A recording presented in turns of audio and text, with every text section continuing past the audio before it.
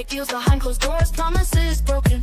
Inner income source, hidden agendas run the grand parade. In the circus, choose a masquerade. Believe me, I wouldn't lie. I've been given money, power, and fame to keep you in line. Television screens bright and loud, sell you dreams, make you proud. Pop the bubble, see the cage you're in. Start the revolution, let the truth begin. Welcome to the chaos.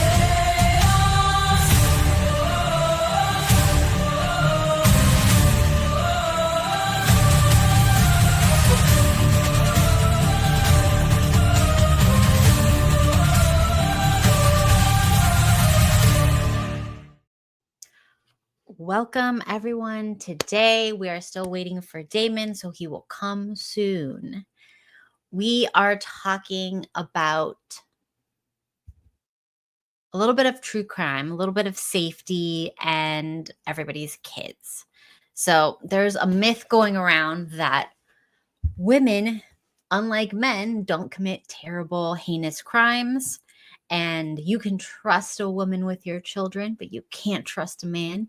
You can always trust a man to exploit his authority and power over someone weaker, but you can't do that to women, because women would never, ever do such a terrible thing, because infallible women we're just all inherently mothers and child lovers and protectors.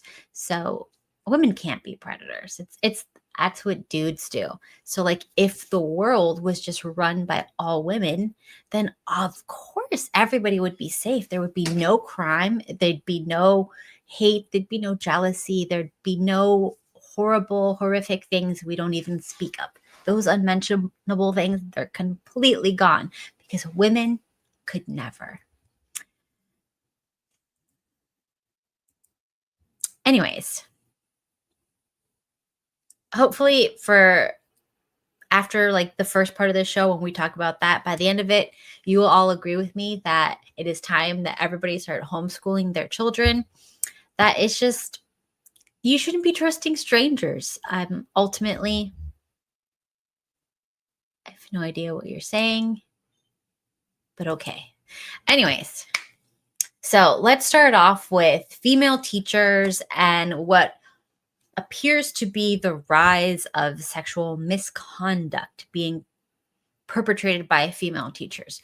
So back when I was growing up in the early 1800s, whenever the hell you want to say that was, it was always known that it was a little weird for a guy to want to have anything to do with children that were not his. So it's like, the high school, little league, whatever coaches, the PE, like, why are you wanting to be around children that are not your own, right? This is what the society was perpetrating. Like everybody's heads was getting like all messed up. Like, guys shouldn't want to be in female spaces or children's spaces, because that's inherently a creepy thing. So all the teachers were kind of like looked upon a little bit sus, like, oh, you're a dude. And you're around kids. Okay, it's a little weird.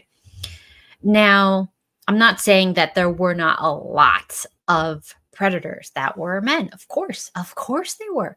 Look, predators love one thing, and that is victims. So whatever the victim of choice is, they're going to find a way to get over there, right? But the idea that it's only men who are capable of these sort of things is absolutely insane. And we'll be talking about that today. So let's get into a few of the most famous perpetrators of this that's going on right now. And then we'll talk about how psyops and stuff like that, like, is this real? Whatever. So there's a 34-year-old woman. Her name is Mary Kay. I don't know how to say last names, so it doesn't matter. A woman, right? So when she was 34 years old, married, mother with 4 kids, right? You can trust mothers, right? Mothers would never do anything horrible. Mothers, you could trust them. So she's an elementary school teacher, right? So this is not high school. This is not, oh my gosh, the age difference is nothing.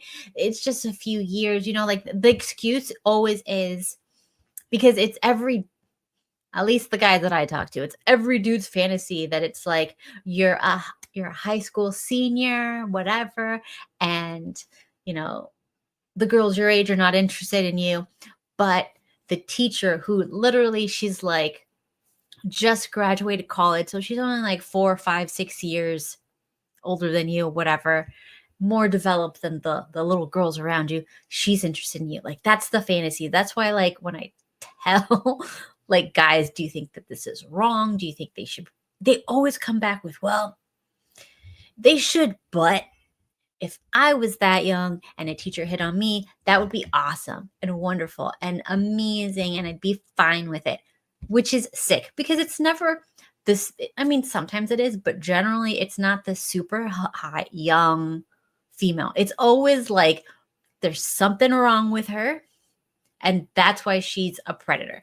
When everything is going well in your life, you don't become a predator. All right. Something little sus has to happen first.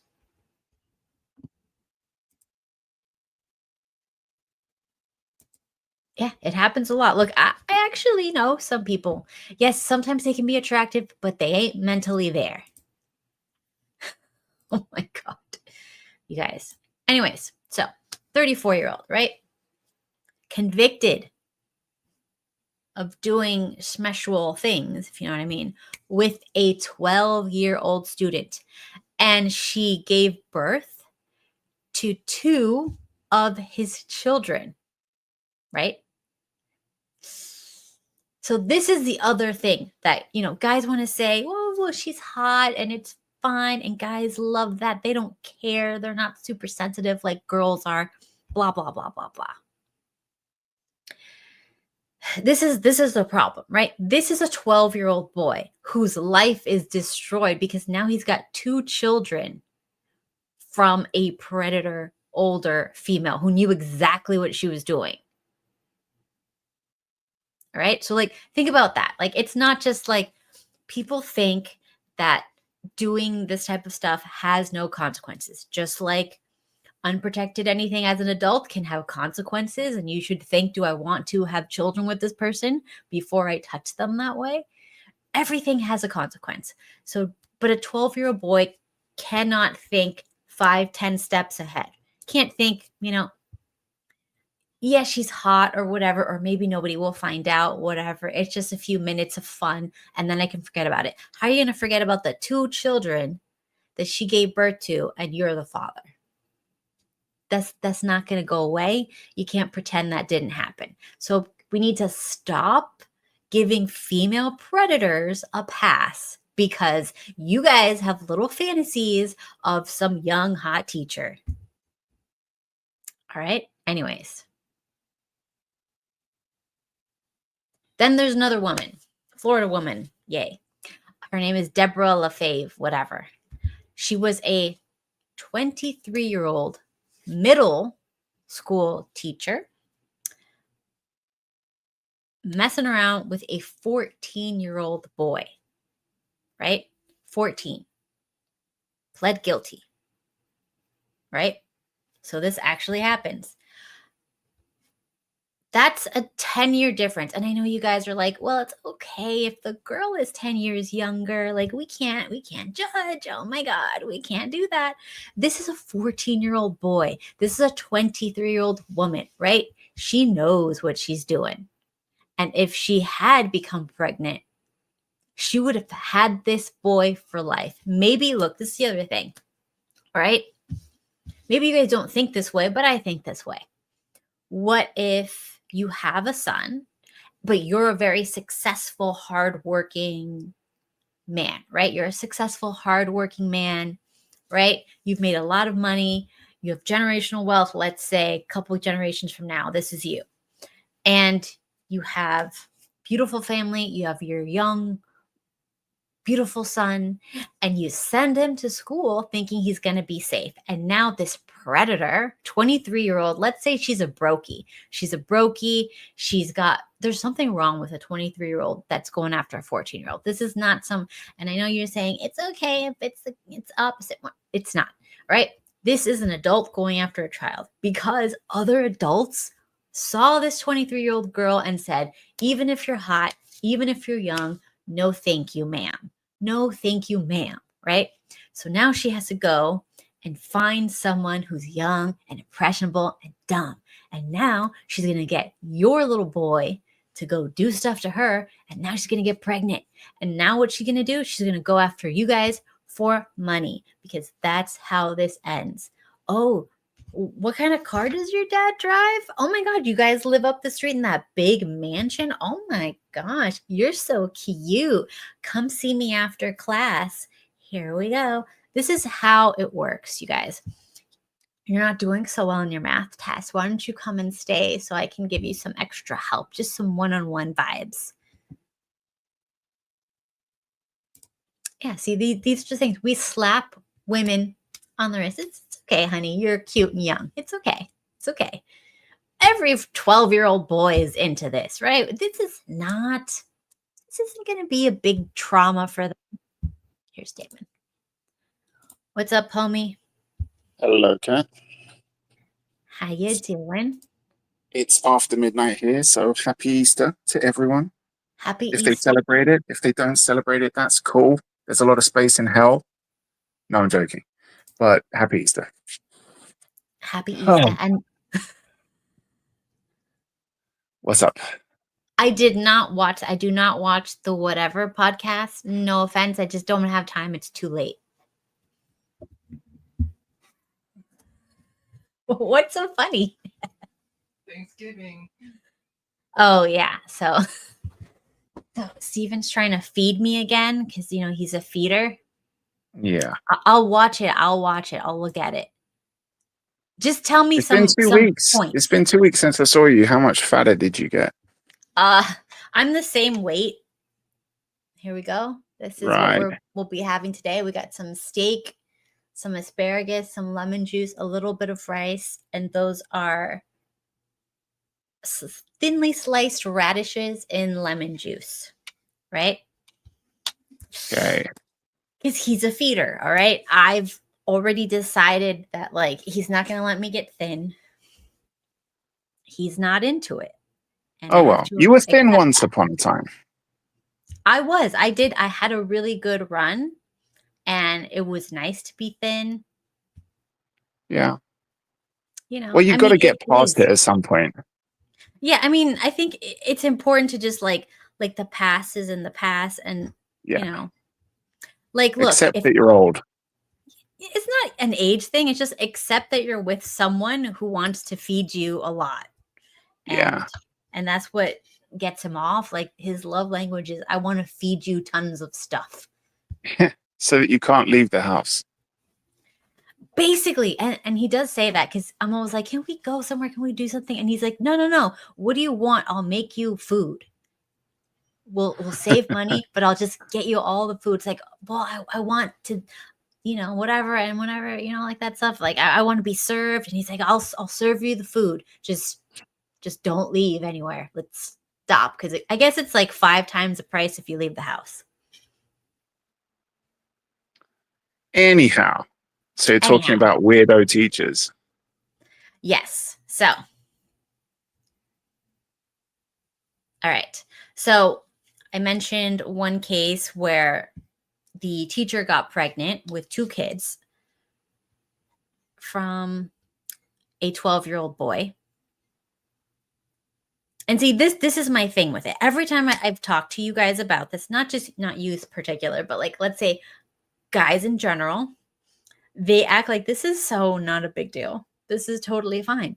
Because everybody, every dude has this weird, sick fantasy of it's going to be a hot young girl. Well, no, see, because Kat, this is the thing. Yeah. This is the double standards that I agree guys have. And we've got good reason for it because when we go Porn. through, no. When we were going through school, that's the age when we started going through puberty, right? That's when we started finding Mhm. chicks hot, right? Mhm. And most of us statistically would have had that one female teacher who was hot as shit, who we're like, even before you know what the fuck to do, you're like, damn, she's hot. And you start getting attracted to her. You find her attractive. So I think that's one of the reasons where, like, when you do hear about like a student, like some schoolboy getting on with like a female teacher, you're like, you, 9 times out of 10, when she gets caught, the reason why she gets caught is because the kid told someone about it. He bragged about it, and you're like, "Oh, motherfucker, you're so dumb. Just keep your mouth shut." Like, Whoa. So you you're approving this as long as he can keep his well, mouth no, shut. but that's the thing. Like, the first time we heard about it was when we were in school. Like, I was probably like 15 or 16 when we heard a story about, like, I think it was a music teacher, a female music teacher, who was, I think she was in her 20s. Like, she was recently qualified as a teacher, and she had a relationship with like some kid who was like 14 or 15, and he told his friends about it, and like the parents found out, and then the parents reported to school, and like they brought the kid in for questioning, and they found out, yeah, it was true, it happened, and like they were emailing each other, and you're like, you fucking stupid kid, like, just, you should have shut the fuck up. And most 14-year-old boys would have felt the same way, because you're just young, dumb, and full of cum. So that's, at that age, that's your perspective. When you get older, obviously you realize, like, yes, that woman was fucked up as hell. But you can't blame the boy. He did what instinct told him to do. But the woman was dumb as shit. But I think most men, if they're reasonable men, and if they do have that feeling when it comes towards like male students with a female teacher, even if you're at that age, even as a teenager, because I remember obviously there was many stories about like male teachers preying on kids as well. When it's the other way around, we would have thought like, that guy's a sick freak. We do have that double standard, because it's just human nature, I guess, to have that double standard. And I don't know if it's a double standard that exists with women. I don't know if women would be like, oh, if I was 16 and I had a crush on a teacher who was a guy, and then if you Mhm. found out that he had a relationship with a female student, would you be like, oh, I wish that was me? I don't know No. if women Good have that God, double no. standard. See, men Okay, do though. Most men do, because I know I know, from loads of but guys in I'll school I'll say who one felt the thing. same. Let's say it was like I don't know, who's really attractive? Like young Brad Pitt, let's say. Interview with a Vampire, Brad Pitt, right? If that's your teacher, I'm pretty sure anyone who got to do anything with him in high school or whatever is going to get like high fives from other girls. But that's not who is the one who's doing this stuff. The really, really incredibly attractive, Well, mentally stable people. wait a second, Kat. Though you Yeah. exposed one of the other double standards here. What you just said is essentially that same thing of what's the difference Unattractive between people can't do flirting. it. Yes. Exactly, flirting and grape. If you're attractive, it's Yes. flirting. If you're not attractive, it's grape. So Thank like, you. that's that's essentially the thing that you're saying there. So are you saying that if your teacher was basically Brad Pitt, young Brad Pitt, that you'd be okay with it? I'm just saying that the other young, dumb women will be like, awesome. Does it Okay. make it right? No. Just like if your teacher is hot and you do something with her and you tell your guy friends in middle school and they're all like, oh, yeah, she's hot, high five. They're dumb. They're all dumb. Everybody's dumb. Right. Well, that's usually, I think that from the time you and I went to school Mhm. to current day, the kind of sexual dynamics have changed a lot, a hell of a lot. Because Like now it's like the really way, grotesque people. Well, no, I'm not just talking so much about that. I'm talking about young guys have almost got no fucking libido now in school. They don't. Like if you ever see, like, my friend coaches basketball, right? Mhm. And most of the time, like, uh you'll have like the youth basketball games going on before the adults come to play in our gym. And whenever you see those guys, like, you'll see the guys playing basketball, and they tried this thing for a while where they had cheerleaders. Cheerleaders was always a big thing in the US. I know that. In the UK, for a while it wasn't. Then they tried to make it happen. Then it was apparently problematic because you're sexualizing young women. Then they tried, because of that, to, guess what, add guys cheerleaders as well. That fell apart. And then they kind of stopped it again, and then they kind of started it again.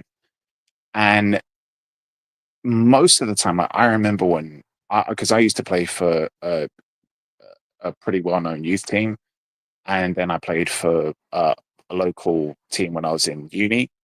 During that time, you would see everybody on the teams, no matter where the fuck you were from, always trying it on with the cheerleaders or with the girls on the girls' basketball team. You would see that happening, and it was from the age of about, I think the youngest guy who was on the team was about 13. There was that division, like, from 13 until I think it was 17s, and then from 15 to 18 or something like that. I can't remember, but everybody was trying it on with cheerleaders and with the girls on the girls team. It was always, there was always that chemistry. Now, guys are terrified of approaching girls because of the allegations thing, of course, and also because they've been, I think partly there's this polarization between boys and girls. Like, they'll just keep to themselves, keep to themselves. The only times you see boys and girls mixing seems to be whenever you have that crowd that's the LGBTQ crowd. That's the only times where you see boys in the same group as girls. So are you Usually it's saying just that, groups like, of boys and groups of girls. are you saying that because young boys are so scared to talk to females their own age, that now these predator older females are able to come and scoop them up super easy, like taking candy from a baby? Well, I know that there was this creepy dynamic that was going on about 20 years ago. Um, and it was such a popular dynamic, even though it was creepy as shit, that you would see it prevalent in media, where it's this older guy approaching the younger girl who's only becoming aware of her sexuality, and he's kind of acting like the teacher, like, let me teach you about the ways of love and all this shit. And it's weird and creepy as shit, but you would see it in everything, in all kinds of, you remember that weird spate of vampire movies and shows? You'd see that dynamic in there all the time, and it would always be like the older guy with the younger girl, and like he's meant to be like the kind of dangerous, older, wiser, more experienced, but at the same time, oh, he's just so caring, but he'll fuck everyone else up and kill everyone else. It's like, and that was fed into the idea of, into the minds of women, that this is your perfect guy. He's just the right kind of dangerous, but at the same time, he's compassionate and caring. And it's like, that guy doesn't fucking exist, but he exists in the movies. And this is why so many young women fell for it in real life, when they would get the guy who's the asshole, but they think, but he'll be good to me and he treats me right. And nowadays, you see it the other way around. You do see a lot of younger, naive guys who don't really seem to know much, with older women who just fucking seem to prey on them. And you see it like with, especially with famous people. You'll see like very popular famous guys with older women. Like you had Machine Gun Kelly with that like plastic chick, Megan Fox. Yeah. You see it with that But do you actor. think that was creepy? Sure. Do you think it was creepy? Or is it Of course okay it's because she's creepy. hot? No, it's creepy. Okay, It's cool. creepy. It's creepy, especially because you see that the guy's uneducated and really misguided. And And hideous. well, I'm not going by that. That, like, the superficial shit doesn't really. If Sorry, you I'm hear the guy female. talk, you hear where he keeps coming He's from. completely not there. There's nothing upstairs. She just Well, found a exactly. vessel, an empty vessel. Exactly. And also when you're in, I think you see the abuse is a lot more evident when you look at people who are in that kind of industry, because power dynamics really play into it, obviously. And if you want to be successful and you're somebody who's like a young up and comer and you don't really have like you're catching a lot of hate, there's not many people on your side, having somebody who was once upon a time a really kind of adored woman, right? Everyone thought she was shit hot when she first came out in like Transformers and shit. Everyone was like, oh my God, look at her. But he probably still had that idea. And like, obviously she was past it. The bloom was off the rose. Let's just put it that way. But when she approached him, he's like, okay, she can open doors for me. Maybe he thought that. Or maybe he was like, well, I had a poster when I was growing up. I don't know what the fuck he thought. But she knew that even though she was past it, she was like, where you are, like the rung on the ladder that you're on, I'm way above you. And you're going to be lucky to have me. And she most definitely was aware of that. He was probably too young and dumb to know that that's what was going on. But you see it elsewhere in Hollywood. You see it with what was his name? Aaron Tyler Johnson or something like that. And his No wife, idea. who's Who's like that? fucking 30 years older than him.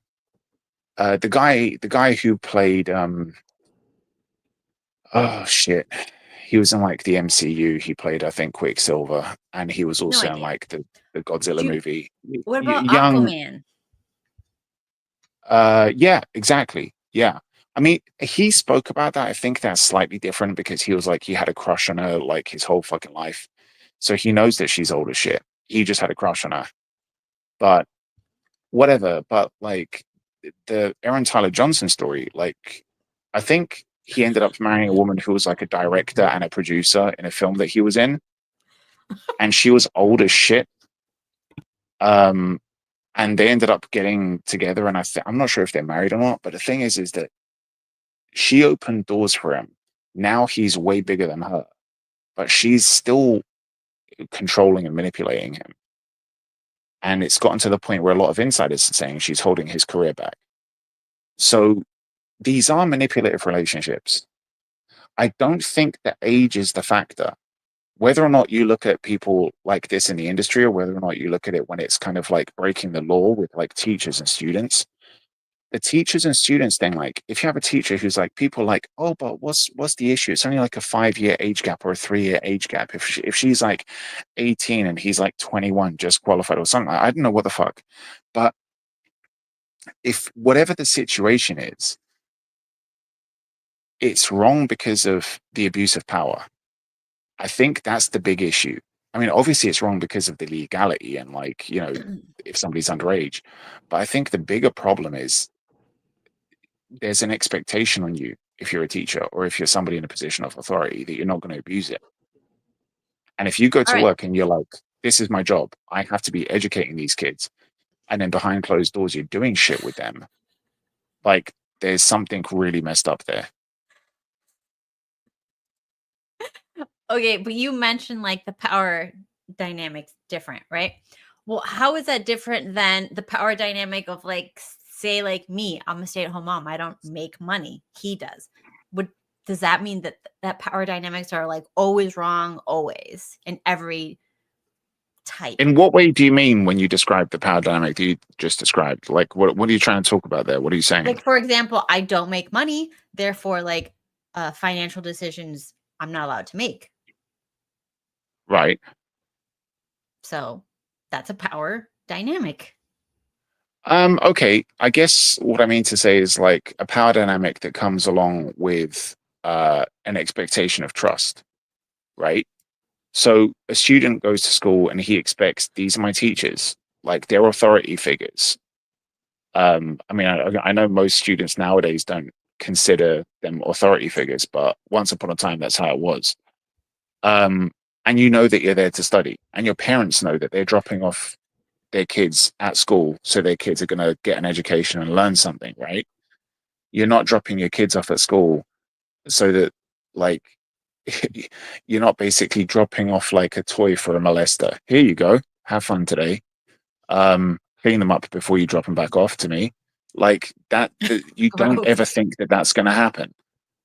So I think that because there's that expectation of trust and an understanding of what's supposed to be happening here, when that authority figure that just decides like, well, I'm going to go off script now, that's when you know, like, this isn't, you can't just be like, oh, this is just like an innocent thing.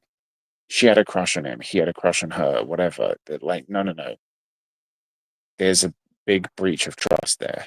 And that's the bigger problem. That's the bigger problem than the age gap, I think, because you see lots of people who are genuinely in love and there's like a 10+ year age gap, but they're genuinely in love.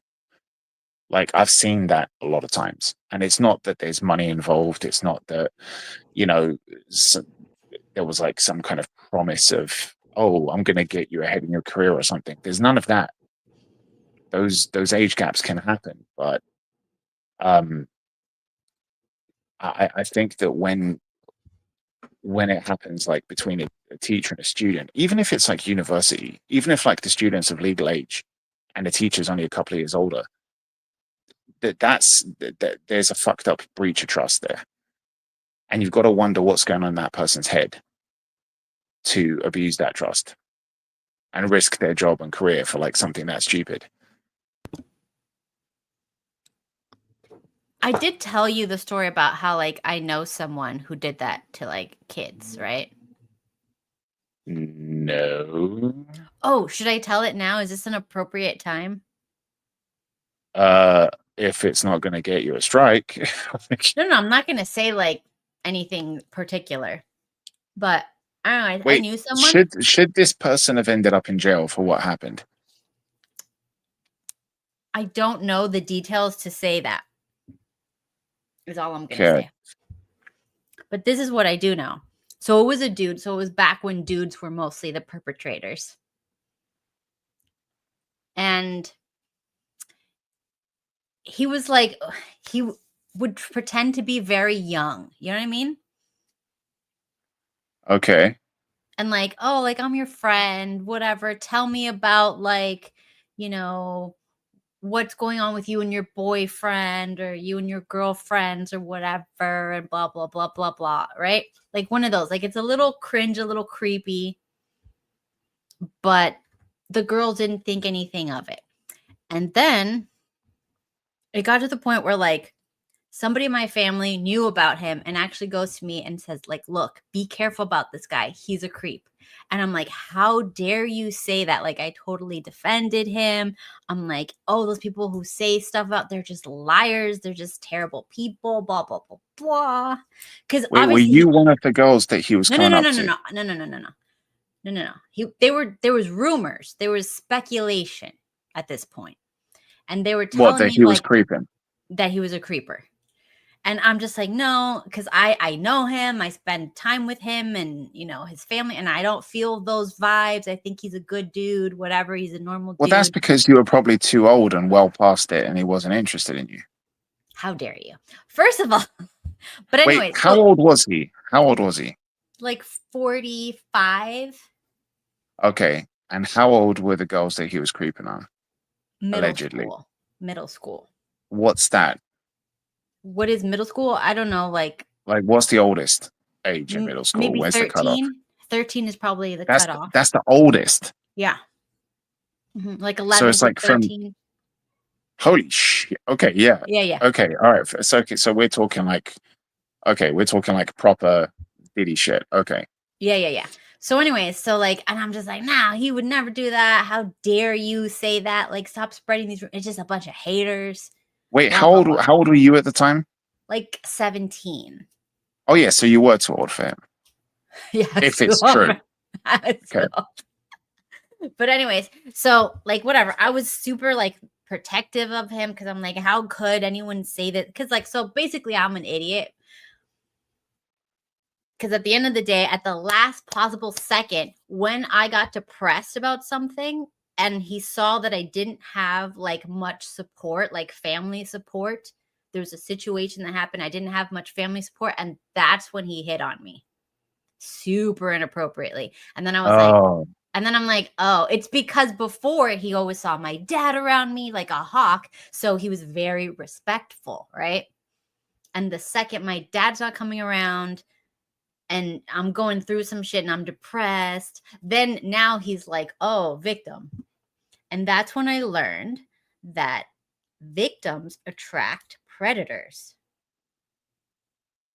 And you okay. can't act like that. You cannot act meek and down and low and whatever, because it's gonna make them run to you. But anyways, so then he did that to me. I didn't Wait. say anything, whatever. Okay, 'cause wait. What exactly did he do to you? I'm not gonna say that. It's very inappropriate for the Say internet. it. Ugh. He tried to like pull me to sit on his lap, and it was erect. Okay. Okay. No, he did not, Superior. You're so disgusting. Jesus Christ. He peed in her butt. You're so freaking stupid. Anyway, so yeah, so he tried that stuff. And I immediately got up and I tried to walk away, whatever. Did you inflate like a cartoon? It just like blew up. No, but seriously though, like what was his move? What exactly did he say? Like how did he Well, like he what just kept what like grabbing me and trying to put me back on his lap. And I kept getting up and going, what the hell are you doing? And I looked straight at him. I'm like, what are you doing? And then Okay, that's good. You put him on the spot. So what was his react? Yeah. What was his reaction? His reaction was like, oh, do you think I'm doing something inappropriate to you? And I'm like, yeah. Like literally, I'm like, yeah. And then he got scared. And then were you like, well, I don't know, but the fact that you have a massive erection right now is kind of weird. It's massive like, is a strong word, Damon. I think I know why he liked the little people, if you know what I mean. oh, it's like a penis, only smaller. Okay. So anyways, right. So then I left, and then I was like, I went somewhere else, whatever. And then he kind of like hugged me from behind and he was like rubbing it up on me again. And then I just immediately grabbed my phone. I called like an ex-boyfriend and I'm like, I need you to come here right now. Don't even ask me any questions and I'll meet you outside the door. And then I picked up. Okay, so slightly off topic right now. Yeah. The ex-boyfriend, why was he your ex? What happened? Who dumped who? He dumped me because he kept cheating. He dumped you. Mm-hmm. He kept cheating on you. Mm-hmm. And so did he come and pick you up? Yeah. Okay. He came and he told Did you me, bang I him? told you. No. He told me and he's like, I told you. And then he said another one of his friends said that about this guy. And I was like, oh, well, I mean, why would I believe her? She's a literal skank. So it's like hard to believe her because I know she tried to baby trap people. So I'm like, her word is kind of on shaky grounds. You know what I mean? But then I realized people who are like predators and stuff, they go for people who are like, no one's going to believe. You know what I mean? Like, why would I go? Why would you go? Like, why would you go after someone who's very known, very intelligent, very like outspoken, people trust, know, like, and trust, and say, oh, this person, people are not going to believe you, right? Look, I'm not saying that's always right. Sometimes someone who is doing something, but whatever. But they like to go after people who are weak and untrustworthy so that if they say anything, people are like, I don't know if I can believe them because they've done A, B, and C shady things that everybody knows about. Yeah. So like, I mean, I see that. Whatever. Okay. Oh, well. I was not big in high school. You guys are such asswipes.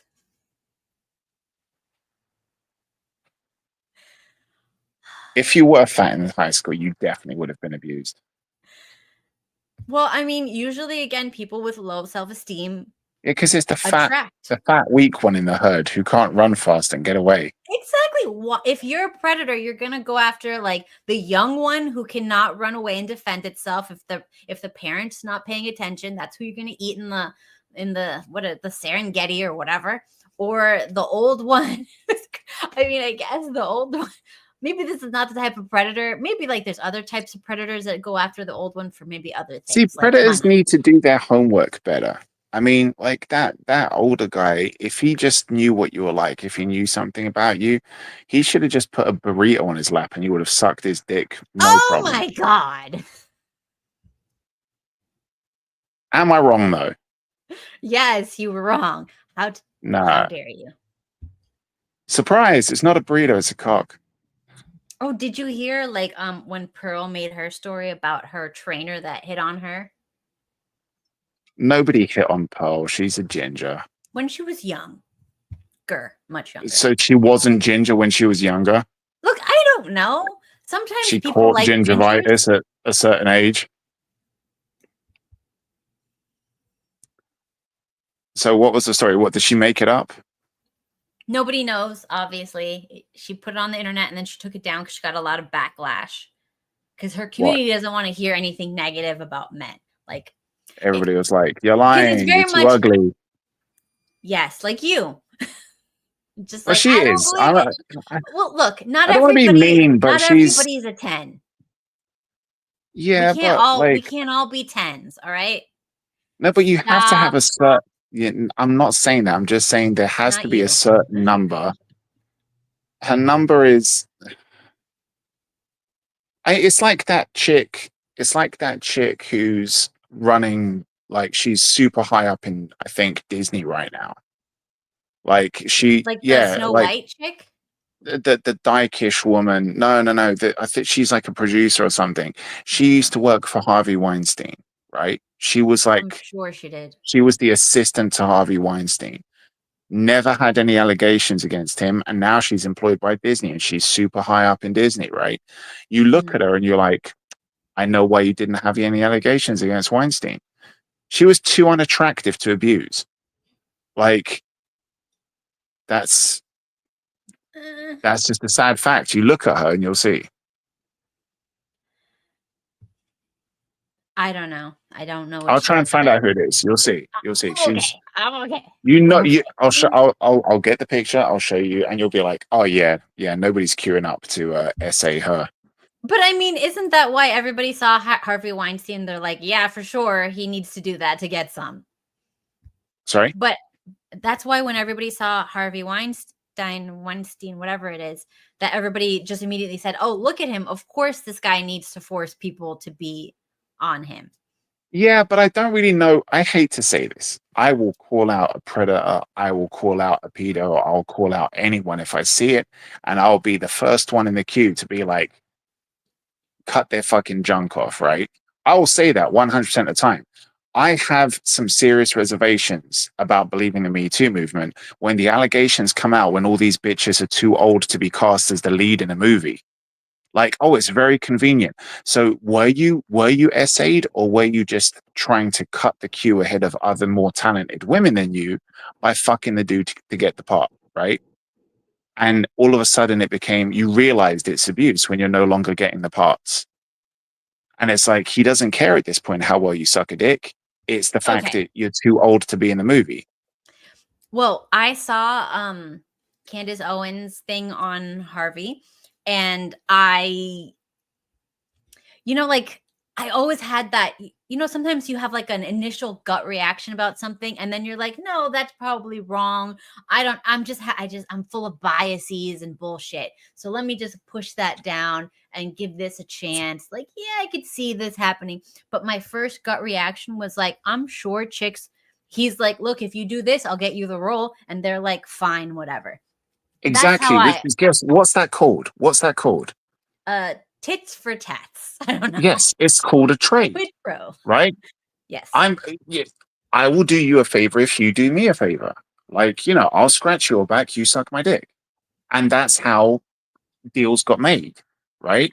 So, I mean, I've got a real big problem when people are like, look, everybody knows that if Harvey Weinstein wasn't a producer, his dick never would have seen a vagina. We all know this. Just look at the guy.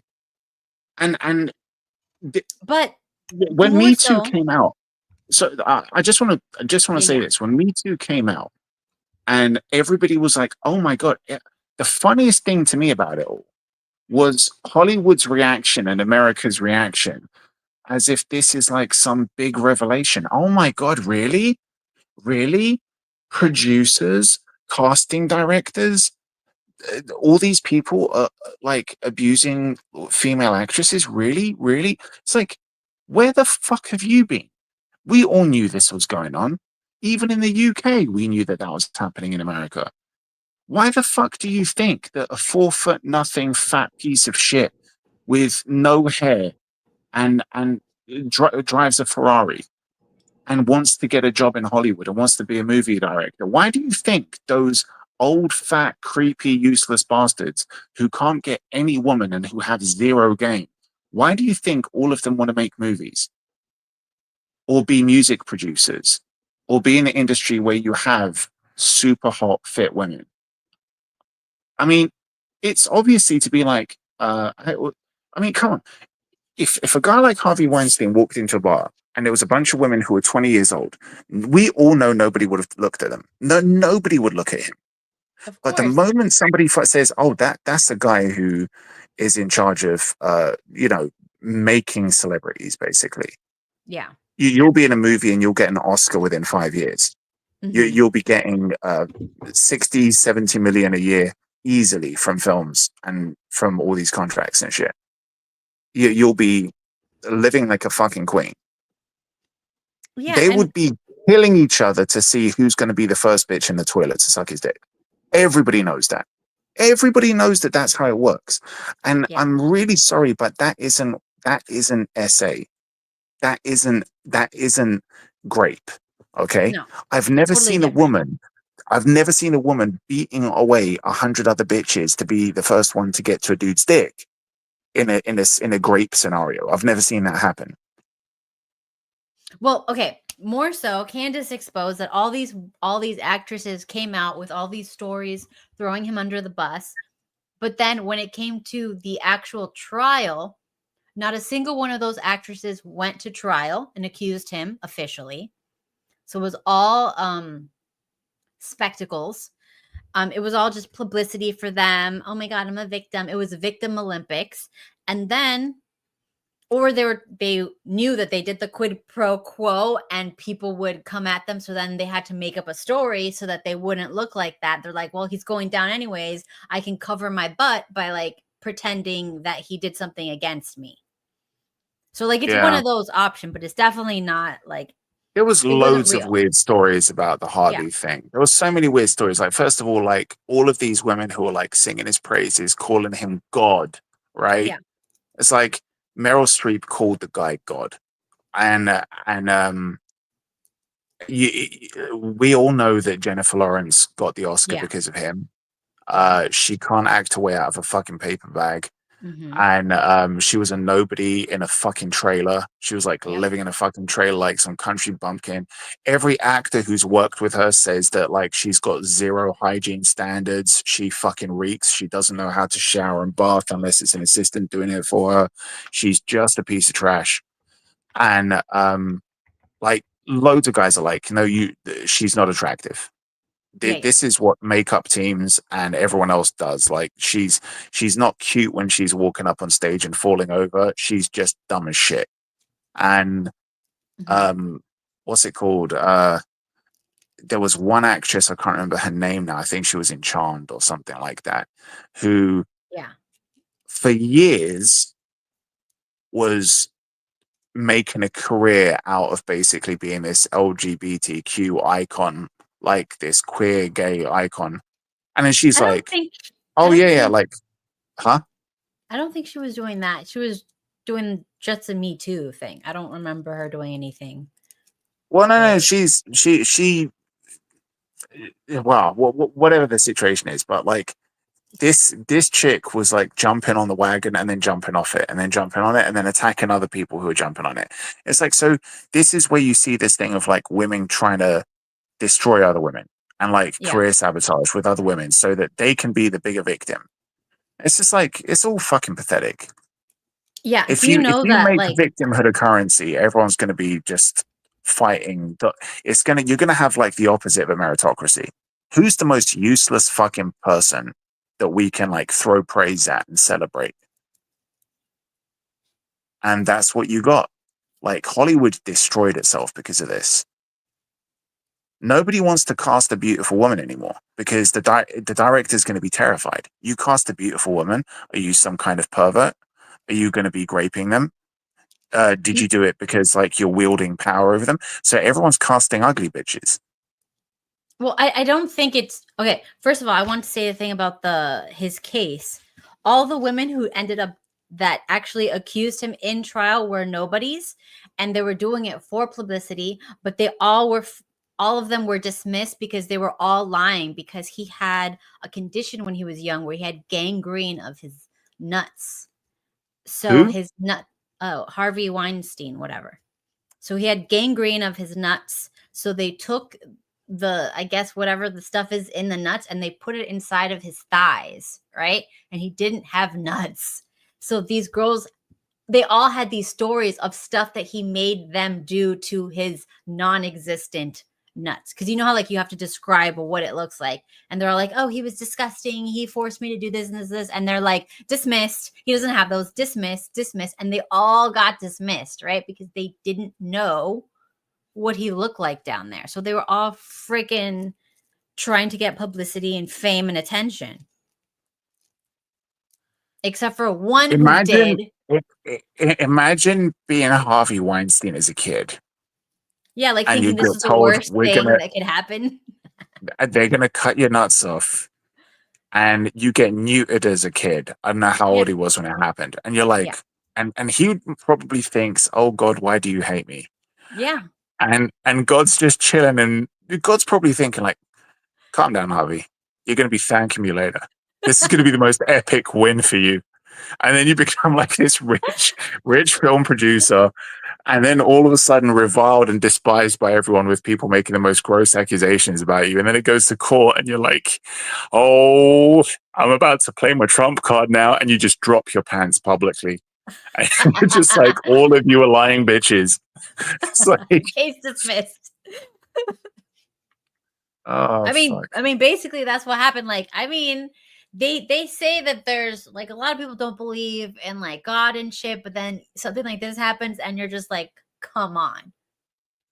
You can always see the plot of the story if you just wait a little bit longer. But anyways, hilarious. So back to these teacher whores. All right. Let's see. There's this one, Pamela, 27-year-old physical education teacher. It's always the physical education teachers too. Those are the creepy ass ones. I'm sorry. 13-year-old male student. Wait, so the physical education teacher was a woman? Yes. And she's 27? Yes. I don't care. And Predator. I'm guessing that because He's she's 13! a PE teacher. Wait a second. I'm guessing that because she's a PE teacher, she's fit, healthy looking. You guessed wrong. This is America, Damon. Oh shit. You guessed wrong. Yeah. I had a PE teacher in this wheelchair, morbidly obese. In this scenario, so she wasn't attractive, she wasn't hot. In this scenario, I'm going to call that grape. Yes. Okay, moving on. I'm going to play the women's card here. If she was hot and looked absolutely awesome, I'd be like, that's a lucky boy right there. Well done. Go. It's flirting. Okay. But because she's ugly and fat, I'm going to call it grape. Jesus, you guys. What? Look, I'm going to play with it. I'm sorry. It's okay for women, so it's okay for me to do that. Oh God. Okay, and the next one, Brittany Fortenberry. These names, Indiana, 2024 to this year. Apparently, she is a 31-year-old high school teacher with oh my, lots of bad stuff to 2 male students, 15 years Tell old. Us. I'm not going to tell you guys. Both at the same time or one by one? It doesn't say specifics.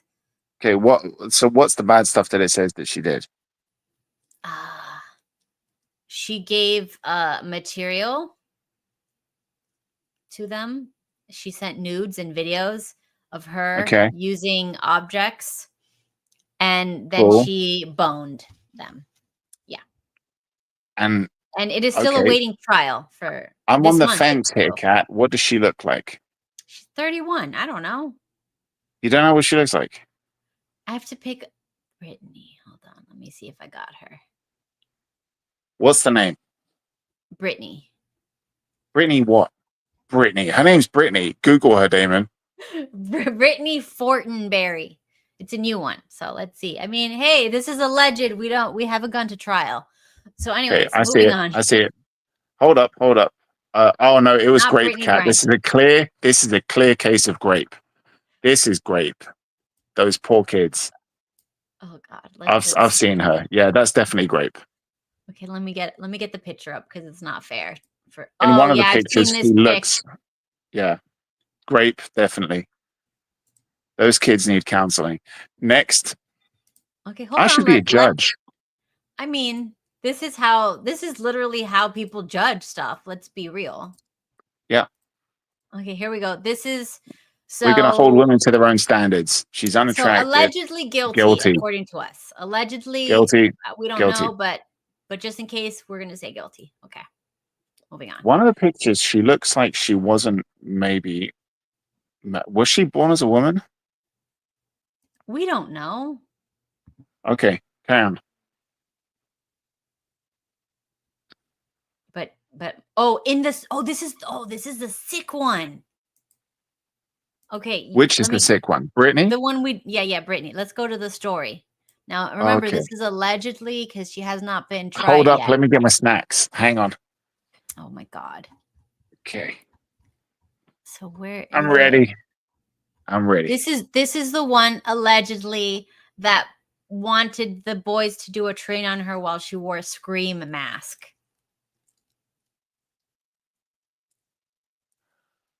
Okay. Wow, you guys are ass wipes. Why though? Why what? This is I America. Don't get it. I don't get I'm very open-minded. Not I'm enough very to be open-minded, American. and there's only been one fetish that I haven't understood. Feet, No. See, armpits. okay. There's tons of fetishes that I'm not into, but I can understand why people are into it, because I'm like, it's freaky and it's fucked up and it's weird, and it's either it can be morally repugnant, it can be kind of disgusting and gross. I'm obviously not into those things, but I can understand why some weirdos would be into it. But there's some things that just don't make any kind of sense to me, and I just can't rationalize it. I'm like, I don't understand what that does for you. And up until I heard this screen mask thing, the only one that really made me confused is something called stuffing. And it's not what Do you we want think to it know is. what that is? It's cool. It's completely harmless. It's just really fucking weird. It's people getting turned on when the other person tucks a used up tissue under their sleeve. Okay. I'm like, why would that turn you on?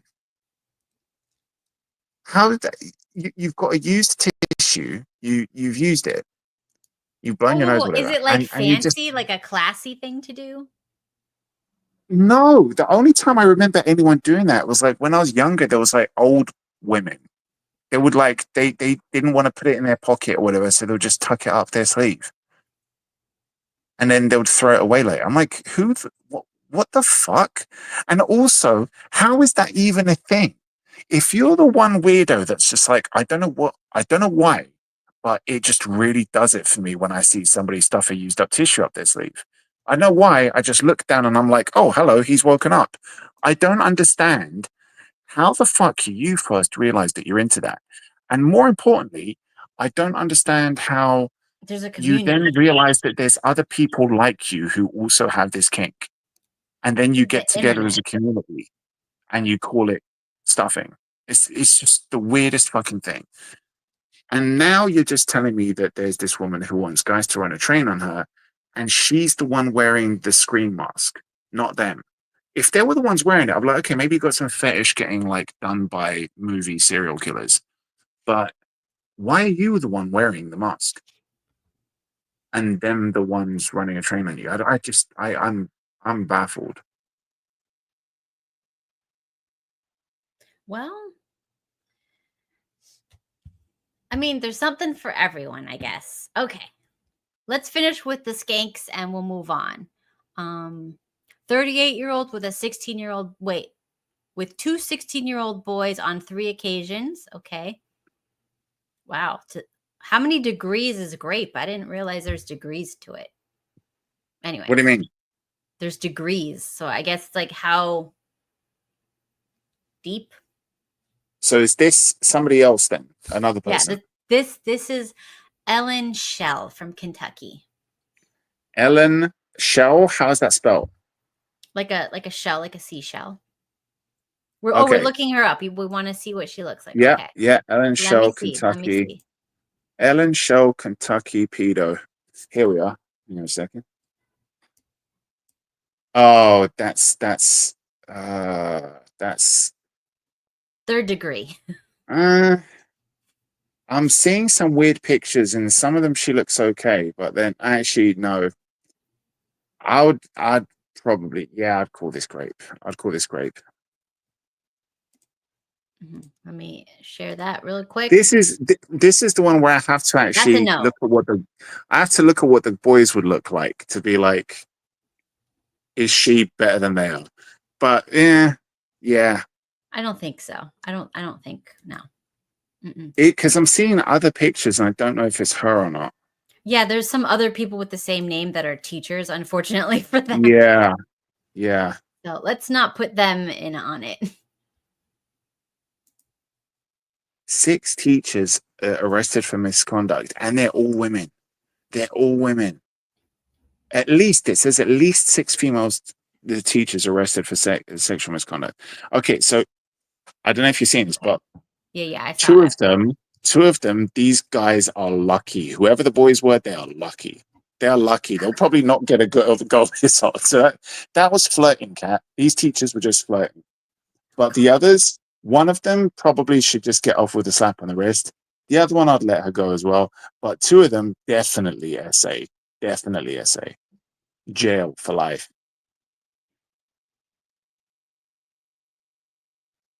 This last, I need to know what. Oof. I'd want to go to her school. all women. Oh God. Anyways, okay, moving on. Heather Hare, let's see her from Arkansas. 32-year-old. They don't say the kid's age, so, but it's a teen. That could be anything. Yeah. Heather Hare. Let's see. How do you spell the hair? Here we go. Is it I got H-A-R-E? Hold on. I'm going to present to you all what it looks like. There you go. What do you think, Damon?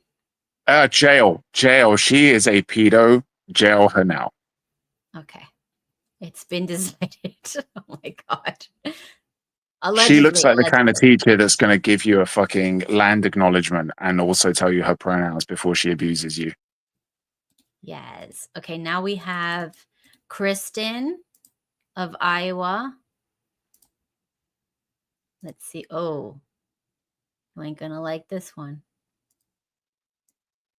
Kristen of Iowa, what have you done? There she goes. Those poor kids. Guilty. Yeah. So this was a 36-year-old at a Catholic high school.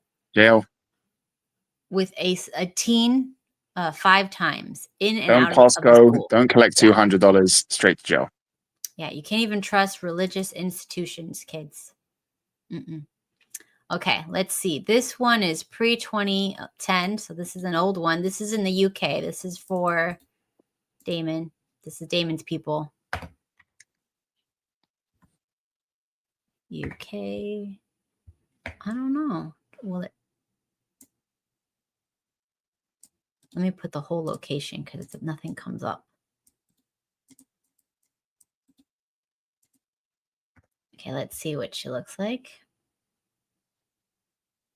Here's the BBC.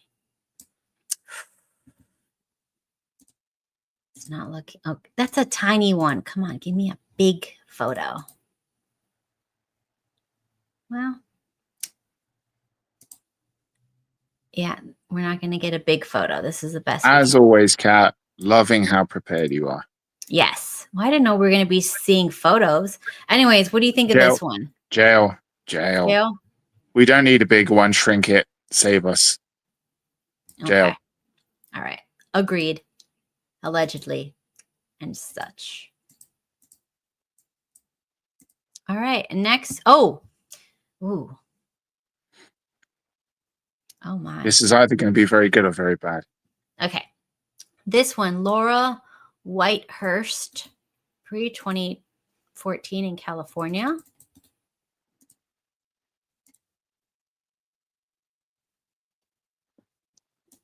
Could be bad. Could be an alphabet person. It's California. Here we go. Now, again, this is not, I'm sure, what they look like in school. I don't This is know. her being Oh my charged. God. The fuck? Yeah. Nah, that's some Adam's Family bitch. That's SA, obviously. Oh, and she had a kid with him. Oh my God. Yeah, so he is stuck like Chuck with this. Oh shit. That kid's gonna look like some fucking little Gomez freak. All right, let's see. Now we have Caitlin. Oh my God. A former substitute teacher. I'm not saying all Asians look the same, but I swear I went to Yes, school you with 4 of her. Oh my word. Oh my word. Now, look. To be fair, Oh my Asians are word. short. They're tiny. And it was a 17-year-old male. Cat. Wait, hold on. Why is a 17-year-old male in middle school when it goes up to 14? He must have been retarded as hell. He got held back how many years? Like a lot. This is a little. Maybe because he was getting it from the teachers all the time. So I'm not leaving. I'm just going to fail all the exams. I mean, if things are looking up for him, I don't see a reason. Okay, let's see. What? She was 25. Okay, it doesn't say here. But anyways. All right. So, prevalence. Let's talk about some statistics. Male teachers, yes, fine. They commit stuff like this more. Let's just say 70% more than females, whatever. But it's still like 30% women. So we cannot go, all women are safe and inherently good mothers and good childcare workers and blah, blah, blah, blah. Female teachers also receive lighter sentences. 44% of females go to prison instead of 54% of males for the same thing. And there's a myth, there's like a whatever that females who do this, it's not as harmful as if a male did it to a female student. Female teachers also are more likely to use social media to groom students, exploiting their trust in authority. Let's see. Male victims may face like the same sort of psychological harm as a female victim, but let's add to that, they might have a child for the rest of their life. Well, hello. Yes, women can too, but usually you have to be older for that to work out.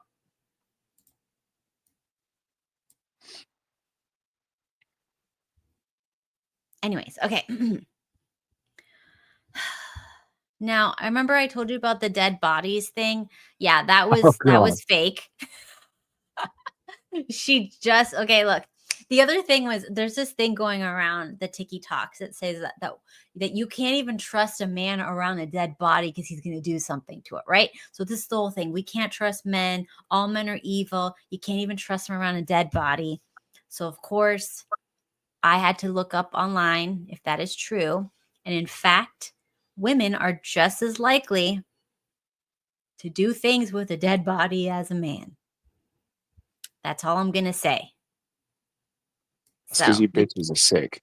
you can't trust nobody with your dead relative, you guys. You, Don't you trust told anybody. me, you told me that it was this woman who, I don't know if she worked at a morgue or whatever, Yeah. and she banged a dead body Yes. that So I what think happened was was probably she just thought, freshly dead.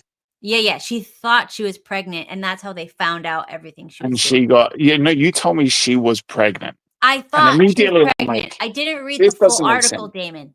Well, obviously because it's you. So you read the headline and you make up the rest of the story in your head. Dude, they make those headlines on purpose to like trick you. I was so looking forward to talking about this story because I was hoping it was true. And I wanted to ask No. you who the guy was because man, Oh, part of me was really hoping that the guy was a black dude. no. It would have been amazing. No. He was just so imagine that kid. Imagine if the kid was born. It's like, how are you born? It's like everyone would know. It would be like national news. Like, that's the kid whose mom fucked a corpse. Oh my God. And he's like a zombie baby or something. That would have been amazing. But if his dad was black, you know that would be the most savage. This guy was so eager to dip out on his kid that he was dead before the kid was even conceived. Oh my God, Damon, relax. What? Jesus. What? Oh my God. Anyways, so this is a famous female necrophilia type of weirdo. And she was, let's see, in 1979, she stole a Cadillac hearse. She was driving to a private burial along with the body of a 33-year-old man who died a week before that it was carrying. And let's see, apparently they made movies about her or something. So she admitted to banging 20 to 30 bodies of young men, calling it an addiction. And she also wrote a book or something. Okay, here we go. She gave a detailed interview entitled The Unrepentant Necrophile. I don't know. And she put it in Jim Morton's book, Apocalypse Culture. No, wait, hold on. I don't know what the hell this means. Reading is hard. What don't you know what means? What? Oh, that's the publisher. Okay, so it was written by Jim Morton for his book, Apocalypse Culture. And then she talks about one of her brothers still isn't comfortable around me, but the other brother is more supportive. But even he had to ask, how'd you do it? She described her appreciation of the cold, the aura of death, the smell of death, the funeral surroundings associated with her activities. Okay. She later reportedly regretted the interview and changed her identity and moved to another city. But this is a drawing illustrating her perspective on it, as you can see here. Enlarge it. Yeah. Nice. What the fuck? What? This is a classy broad. What are you talking about, Damon? Anyways. Weirdos are weirdos to me. To me, this is no different to anyone who wants to bang an animal or bang somebody who's the same sex. You're just all freaks. It's all the Everybody's same a little shit. freak. In the mood for a cold one, yes. Cold stiff one. Anything other than eating is hard for Cat.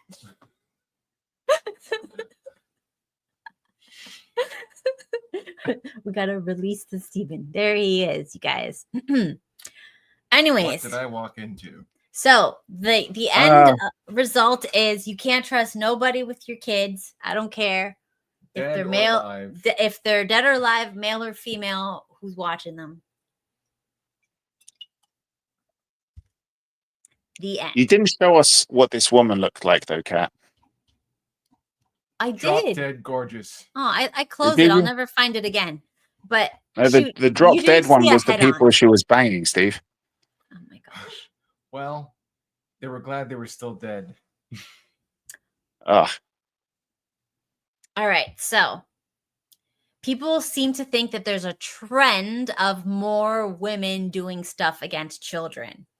But Alive or dead children? well, regular kids alive. Anyways, so upon further research, it turns out that no, this has always happened. It's just for whatever reason, they are allowing the media to cover it, which means that they were disproportionately only covering men doing this stuff, which is like a psyop. Yes or yes? I was thinking sexist, but okay. Well, whatever. So they wanted everybody to be afraid of men, and now they're switching to they want everyone to be afraid of men and women. So then that's going to make what everybody have like a panic attack. No, it's normalizing. It's whatever. I think it's normalizing You think- debauchery. Well, what Kat, would you let's do? not forget, like, I mean, okay. There was a movie that came out a while ago. It was, you know, do you know Michael Bay? Not personally. Director. So he's always had this weird thing, like most Hollywood directors, for dating like unreasonably young women, right? Unreasonably young women. Yeah, let's just put it that way. And the thing is that he directed. It was one of the Transformers films. I forget which one. And in one of these Transformers movies, the chick in it, Mark Wahlberg's daughter, is dating an older guy, and she's not legal. He's older, and Mark Wahlberg confronts the dude about it, like being like, "Oh, she's underage. You can't be with her." This kid, like, basically kind of like muscles up to Mark Wahlberg, and he's like, he pulls out of his wallet, he printed out the law on the Romeo and Juliet laws for the state. And he's like, "Oh, it's okay because of this and this and this, and this is the law, and blah, blah, blah, and blah, blah." I'm like, well done, kid. You've just proved that you're a pedo. Who goes and prints out the fucking law and puts it in his wallet so that he knows and he can show anyone who questions it? Like, you know you're with her. You know she's underage. You know that this is fucked up, but you found a legal loophole and you've printed it out and you're saving it to use to defend yourself. Wait, Like, this is he Marky knows he's a Mark? creep. Mhm. Huh? Marky Mark? Yeah, but it was in a movie, right? Not. Was this real or a movie? Yeah, it was a movie. It was a movie. It was. Oh, okay, I okay, think okay, it was. okay. But it I think was- it was Transformers. I think it was Age of Extinction or one of those ones. It was the ones after Shia LaBeouf left the franchise. And if you watch this scene, it's like in the cinema, people were kind of laughing because he's like, "Aha, he's got him." I'm like, dude, it's fucked up. It's very telling that you would be like printing this shit out to show somebody like, yeah, she's underage, but actually there's a legal loophole. And in this state, and he even knew it for the state that he's in. And he's showing the dad. And it's like, first of all, what kind of dad would be like, "Oh, okay, you got me there." Like, it'd be like, "No, you stay the fuck away from my daughter, you sick fucking freak." And Well, I know in Hollywood, a lot of parents will sell kind of like what's it called? They write the rights away to like a celebrity to take their kid who's underage. yeah, That yeah. happens a lot. yeah, it's child trafficking still. I mean, basically. But it's just fucked up that this was put in a film. And then there's other examples of that as well. Like years ago, and nobody thought that it was weird. But years ago, you had that film with Drew Barrymore, Never Been Kissed. And here's the fucked up. Well, I won't tell you the fucked up thing right now. But in that film, she is a journalist. She's a journalist who goes undercover as a student in a school and gets into a relationship with a kid. And the whole idea is that at the end, like, she ends up going to the prom or something, and like she gets kissed by the kid or some shit like that. I can't remember. But like she's trying to like relive her childhood or something. And be the Now, cool kid finally. yeah. Now imagine how fucked up that would be, because you'd be like, you'd get to the kid and you'd be like, oh, hi, actually, I'm a grown-ass adult with a job, and you're a school kid, and I'm just basically essaying you right now. Well, and the fucked up thing, it was based on a true story. oh, It's actually a true story with a female journalist who went into school and basically did this shit. But the thing is, Hollywood thought, yeah, this would be a good thing to like make into a movie, and it's going to be like a teen rom-com or some shit like that. wow. Well, okay. So yeah, so like this is the thing. Like people thought like back in the 90s, oh, this shit is totally fine. I feel like we didn't think that, but because people were so easily swayed, we came into agreement with what they were trying to program us with, because we didn't really realize we were being programmed every which way. But Damon, I have a question, and I'm saying, you know, you're definitely right. Older females should not be banging. Oh, here we go. He's going to try to when say. you were in. Here we when go. You were younger. Did you have any? Do you to be understand honest, what I'm dealing with? You know, to be honest, did you have What? any teachers? Do you have another name for them? Wait, hold on. Before you continue, let me show you pictures of the actual perpetrators. Why are you interrupting your husband? Because He's a you man. know what You he's shut gonna the say. fuck up, woman. You know what he's going to Shut say. up, woman. Shut up, woman. What are you saying, Steve? I'm sure that you had at least one, maybe more than one teacher that you would definitely. These are the ones doing it. What do you think? Two. Yes, two. One, I actually, in a weird way, we danced together. And there was a, for my age at the time, a significant amount of groping. Like, but she was hot as hell. Oh my god! Like, I would have, if that went to court, I would be I would be one of her like defense witnesses. But then there was another one as well, like a Latin teacher who was, she was my Latin teacher. She was ridiculously cute. Yeah, I would have bought the plane tickets to the island myself if she would have done stuff with me. Anyways, so these are the teachers. Let's wait. Hold on. Before you go on and talk about your degenerate fantasies, there's something that's important to be said. It's different if it's a boy being banged by a woman, instead of a girl being banged by a man or whatever, someone that used to be a man. There is a difference, I think, in my mind. There is. That's why we have that double standard, because men and women are not the same. Yeah. I would, if I was younger, you'd be okay with this. This one in particular. Wait, she needs to lower the sign first. It ain't gonna get better, honey. Okay, how about this one? Let me see. Go back to that one. I didn't see the picture. Sorry. Here you go.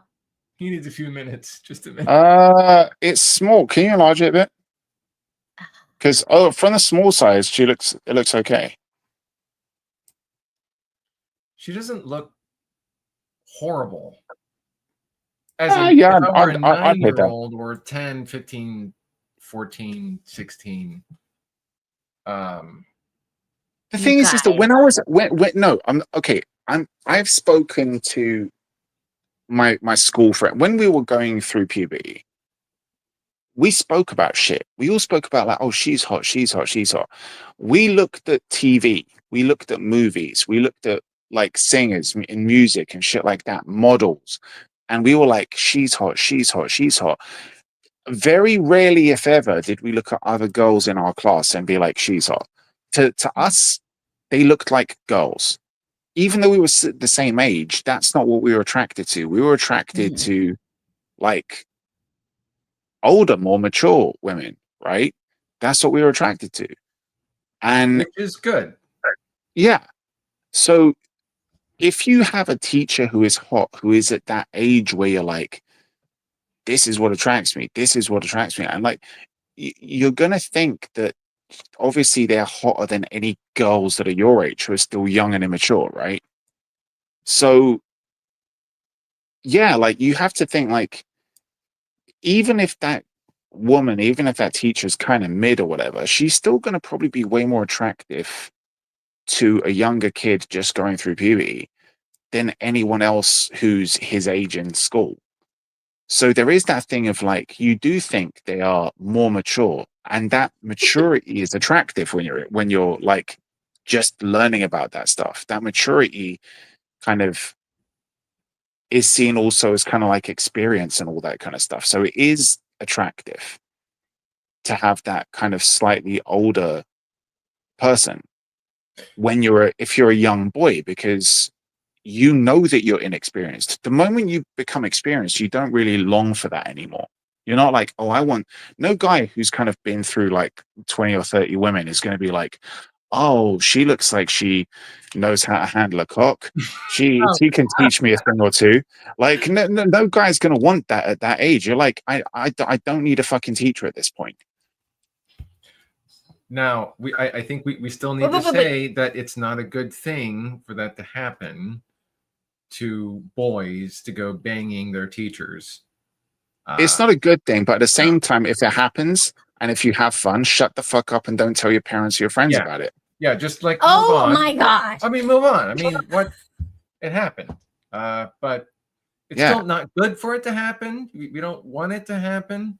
It shouldn't be happening. Okay, guys, let's move on. You guys are degenerates. All right. Because thinking about the mental illness of this teacher that is banging. Yes, and then she gets pregnant, and now they have gets pregnant. Yeah. You're not going to be paying child support for that fucking kid. You're not going to be paying. Yes, they do have to pay child support. I mean, that's happened. It does happen. The kid can't do it. The parents do. Not the kid. No, the kid owes back child support as soon as he's able to work.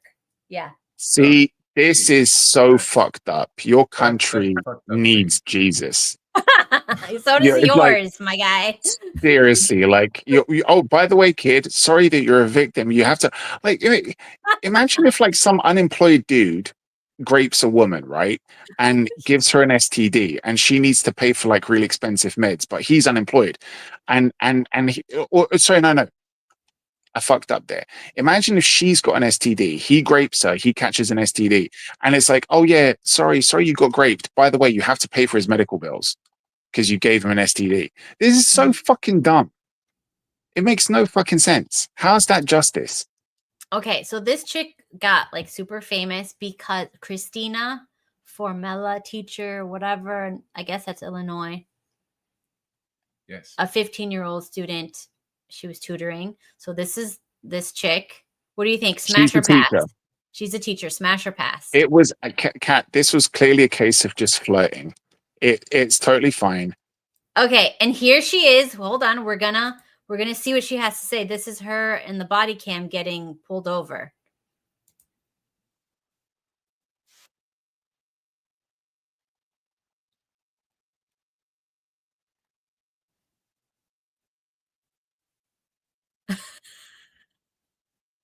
What did she say?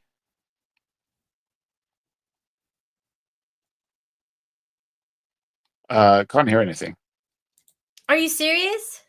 Yep. Hold on. You guys gotta tell me this. Let me rewind it. Okay.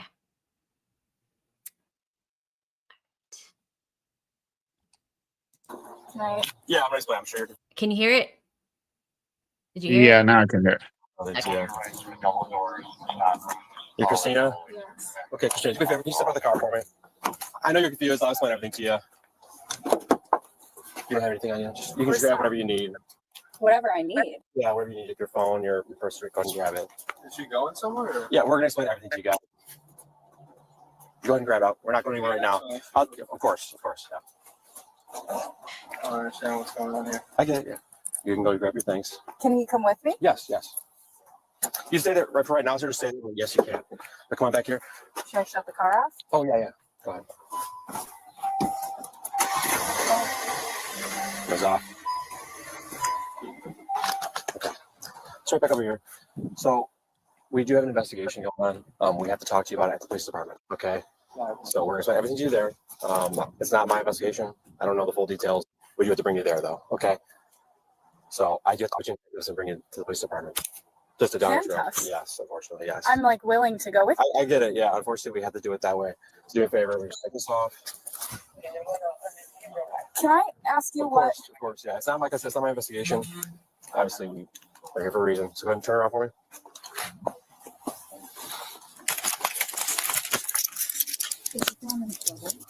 So right now you're being detained, and there is a detective that needs to talk to you at the police department.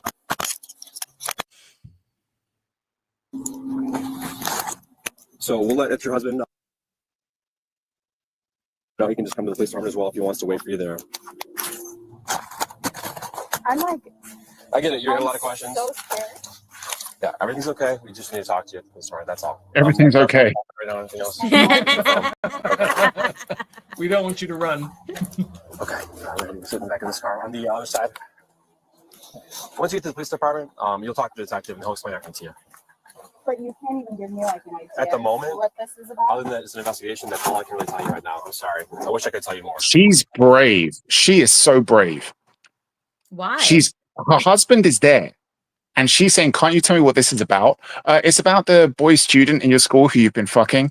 Oh my God. Like, is saying it in front of the husband. Why would you ask, tell me what it's about, like in front of my husband right now? All right, but you guys decided smash, right? Yeah. Yeah. Yeah. I mean, I don't. Yeah, I mean, look, probably. She's a cheating bitch. She's got a husband. She's a cheating bitch. They all were. Pretty much all of them were. Yeah. But the thing is that you're not going to wifey her up. It's just a bit of fun at school. Teenagers, yeah, that's fun. That's not like, oh, I want to have your no. Mm-mm. Oh God. Okay, wait, don't say anything, Steven. It's a surprise. Stop. Not a good one, obviously. People sit down. Everybody, if you're running, stop.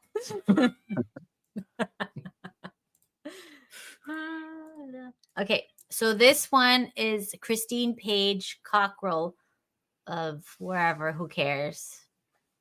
I don't. Mm-hmm. I'm not gonna say whatever. I don't have ages, but here we go. Thoughts? Oh God. Oh my God. Exactly. That's what I said. Sit down, people. This is not good. It's going dark places. Guessing she's a history teacher. History. Yeah. Ooh. History doesn't turn me on. Or maths. No. Maths.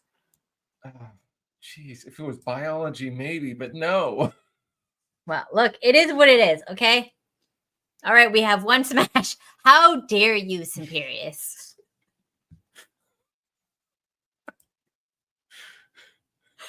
Wow. Simperius would hit that. Yeah, apparently, yeah. I mean, no. Well, she's not Persian, right? Oh my God. She could be, Persians can look like anything, but this does not look like a Persian to me. It's in her room. Damn, I'd need a passing grade. Oh, she does look like someone would give you an F. F for fuck. Okay, stop being mean. Okay, up next we have Carissa. Oh God, it's getting worse. Quiet, Steven. She was paying the students to do stuff to her. And oh God. Smoked Mary Jane with them. Oh no, she's going to be useless looking. This is what you're sending. This is what you're doing when you send your children to public school. By the way. Oh this God, is no. what sending your child to public school gets you. If you have a face like that, why would you go for that haircut? Her hair is up. I don't know. Yeah, you want to show less of your face. Like, well, they do make you put your hair back when they take your mug shot. It's possible that you look like Cousin It. Who knows? Oh God. Yeah. That's unfortunate. Yeah, so you know what? She was paying, so like, do we have less or more like sympathy since she was at least paying the students for the service? dude's gonna make some money, you know. You know? How much would she The pay? thing I don't understand is what was the price? if you're gonna pay, why can't you just pay someone that's of legal age? Yeah, that is true. I didn't even think of that. That's true. Wait, you know, are there male prostitutes? How do you find one of those? Male prostitutes? Yeah, No. she wants a man. She's so not. Oh, she could pay. I was she thinking needs the to boys pay. pay for. Exactly. So so we need. Yeah, there are. Are there? I've never. They're usually gay. They're called gigolos, Kat. Yes, they exist. Never heard of this. There's actually a TV show about gigolos. Male. Yeah, but I thought it was like 3 guys and like they're the only ones in the world. And they're in Las Vegas or something. Male escorts. Yeah, like that's weird. Don't do an internet search for that. I'm not. Okay, and this is the one Damon sent me. Oh, geez. Yeah, terrible. This will I be found the the last cream one. of the crop. Okay. Oh. Hevia Turn Lark, the lights off. the principal. She's a principal. She at a Sure, middle it's school she? was arrested after forcing a 13-year-old student to rub her feet so he would know what foreplay is. Look at her. Look at her And she face. called him sexy chocolate. You know that those feet were ashy as fuck. You know that more than those that, feet were hooves. ashy as fuck. There were hooves. Yeah. Go near a pedicure. While You know that she had those like 4 millimeter thick claws on her toes. She misread pedicure, so peds can cure. No, I don't know. What's Oh my god. You know, you can pay people to do that.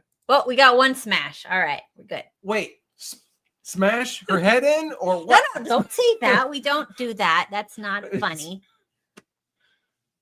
Her? Or is this is a girl or a dude? What? Look, it doesn't matter, Stephen.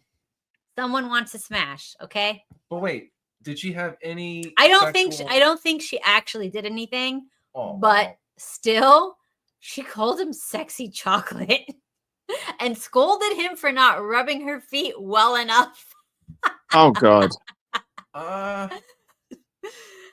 Maybe this was punishment. This was. I don't know. This is freaking. And this poor child is now a massage therapist. This is the face of a victim.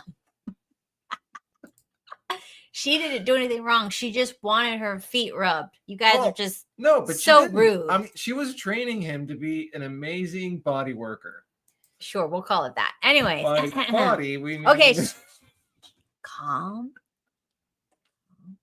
Okay, so I have several options for the end of the show. You guys, I wanted to just throw this in there for like just 1 second because I thought it was interesting. Is this a good idea? Why not? Okay. Is this wrong? No, I don't know what. Okay, so apparently the White House has a page. I'm not going to talk about this because we don't want to say any special words we're not allowed to say. But he literally put a big picture of Trump walking and it says lab leak, the true story of like the C-19 situation.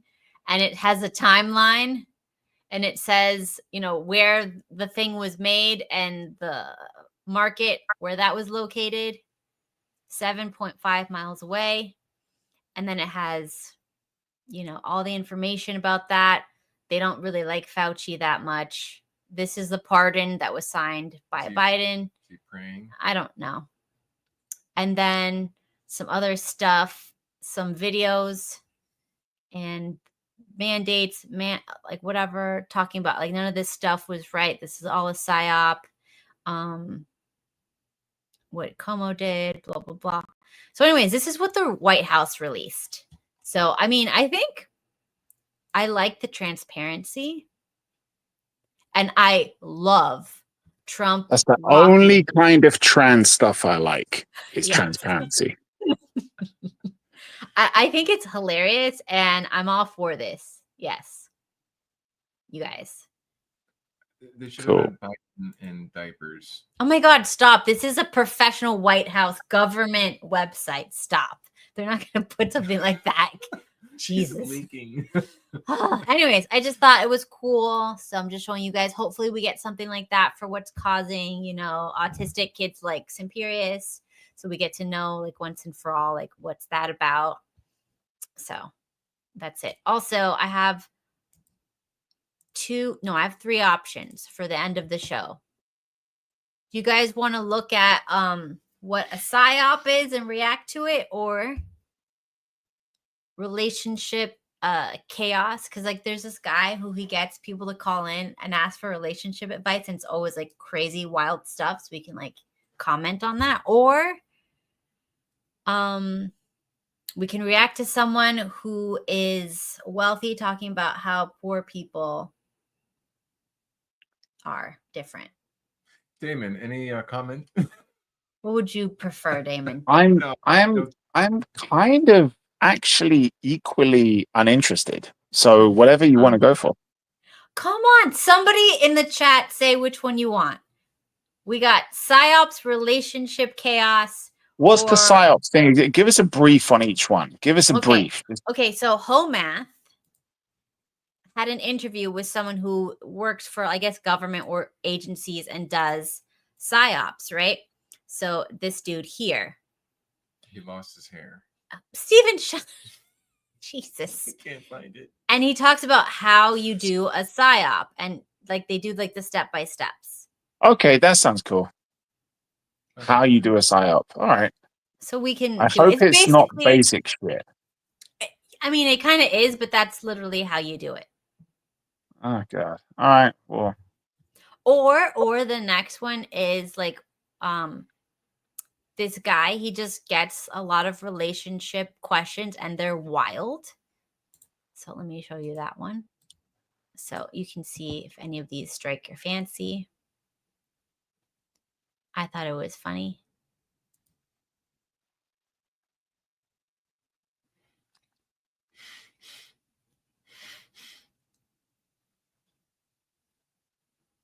No, nothing. What?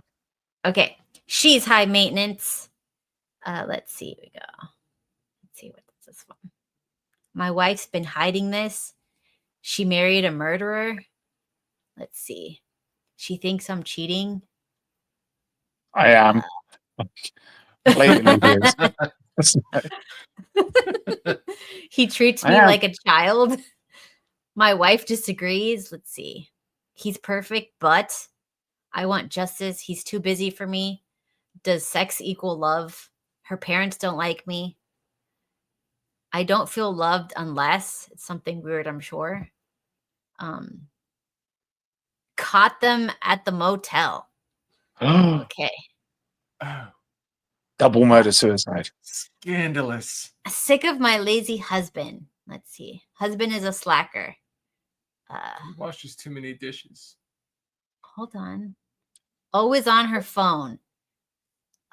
Is she lying? It was her boss. I don't know. I found her text. She lied for years. I feel betrayed. Let's see. He belittles me. None. Any of these? Nothing. Okay. Well, they all sound fun. They all sound like there could be something there, but I've had multiple affairs. That's oh my god. Works at a zoo. There's monkeys involved. Okay, let's see. Which one has like the most views? Let's see a popular one. Oh no, we're not doing that one. Don't read that. Don't read that. Don't read that. What is it? No, tell us what it is. What is it? What is it? I'm not reading it. Steve, you tell us. You tell us, Steve. What is it? My friend is a P file. Oh my god. I love how they say my friend, not my ex-friend. Just still friends with him. We hang out. It's cool. Yeah, it's just it gets so annoying hearing him talking about like how great it was last night. Oh my god, this is a good one. Sex only twice a week, is that acceptable? Are you asking us or are you telling us something? No, it's a one. He flirts. Okay, here we go. We've never had sex. 1 year married. My wife won't have sex with me. Okay, how about this one? That's grounds for divorce or My annulment. side rather. girl dumped me. The side girl dumped. Maybe there's a bit of a problem in the relationship. I don't know. Side girl indicates you're already in a relationship, and you're Yes. We that's get like, it. They get it. Okay. He has threesomes with his brother and thinks Oh. it's normal. Oh, this is normal. This is so America. Yeah. This is basically America. Let's just spit roast someone. Okay, I got. Okay, hold on. Sounds like marriage to me. Okay. It does merge perfect with what we've been talking about, but I don't really want to hear that one. See, once upon a time, we had a living legend who could fix all of this in the space of 30 minutes. Yes. And it was a man by the name of, well, you know, you're old enough, Kat. Samuels? Jerry Springer. Oh my God. He didn't and fix anything. He would heal people's lives in the space of 30 minutes. Oh my God. He would make your life seem amazing compared to these degenerates that are on his show. Yeah, I used to remember we used to watch that in homeroom in high school. Every single day, like we had to watch it. No matter whose classroom we were in, it was always on the television. And we would just, we would scream Jerry, Jerry, or like whoever the security guard's name was. Public school. Yeah. Public school is literally like trying to not get, assaulted by a teacher and then watching the most degenerate. Or in your case, getting assaulted by the attractive teacher. Yeah. That's what you wanted. If he looked like Brad Pitt, he could have you. Or trying not to assault your teacher. That's for the boys. Oh. I did see a teacher's head get smashed in once at school. They were smashing the teacher? Yeah. A kid from another school transferred to our school. He I think he stole something and then he was running out. And then the teacher, he's a big guy. He's like 6'7" or something, like a tall, skinny guy. So he was in the hallway. He just opens his arm thinking he's going to stop the kid. He doesn't know why he's running and why people are chasing him, but he opens his arm to like stop the kid. The kid grabs something in his book bag and starts beating the crap out of his head and almost bashed it open. And then he didn't come back for 6 months and he was like the happiest, nicest, friendliest teacher. He never talked to another kid. He would just teach the lesson and not look at any child at all. Like he was just completely broken after that. It was so sad. Oh, that's great. So did you have sex with him out of sympathy then? It was sympathy sex. Wow. There wasn't much eye contact. It's all doggy style. Yes. Beautiful. Anyways, so do you want to do this is like a quick one. Let's see. That's what she said. Stop. Do you want to do sexless marriage?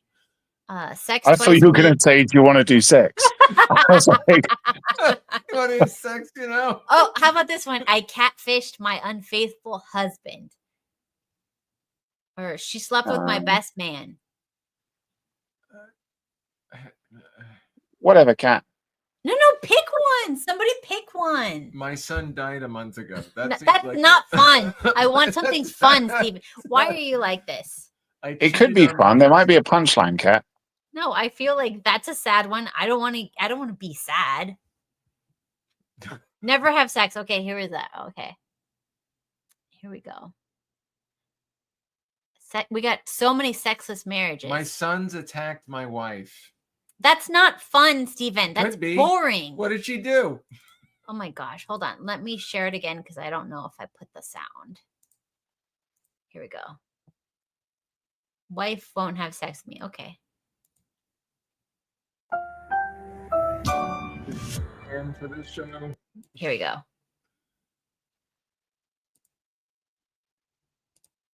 Whew. Okay, wait. Did they already say it? Hold on. I'm in, man. I'm in. All right. So what's up? Okay. Yeah, man. I've listened to countless hours of your show, and you've helped me a ton. And so I just want to say thank you for that first off. So my question is, you've talked about emotional infidelity and you talked about emotional abuse.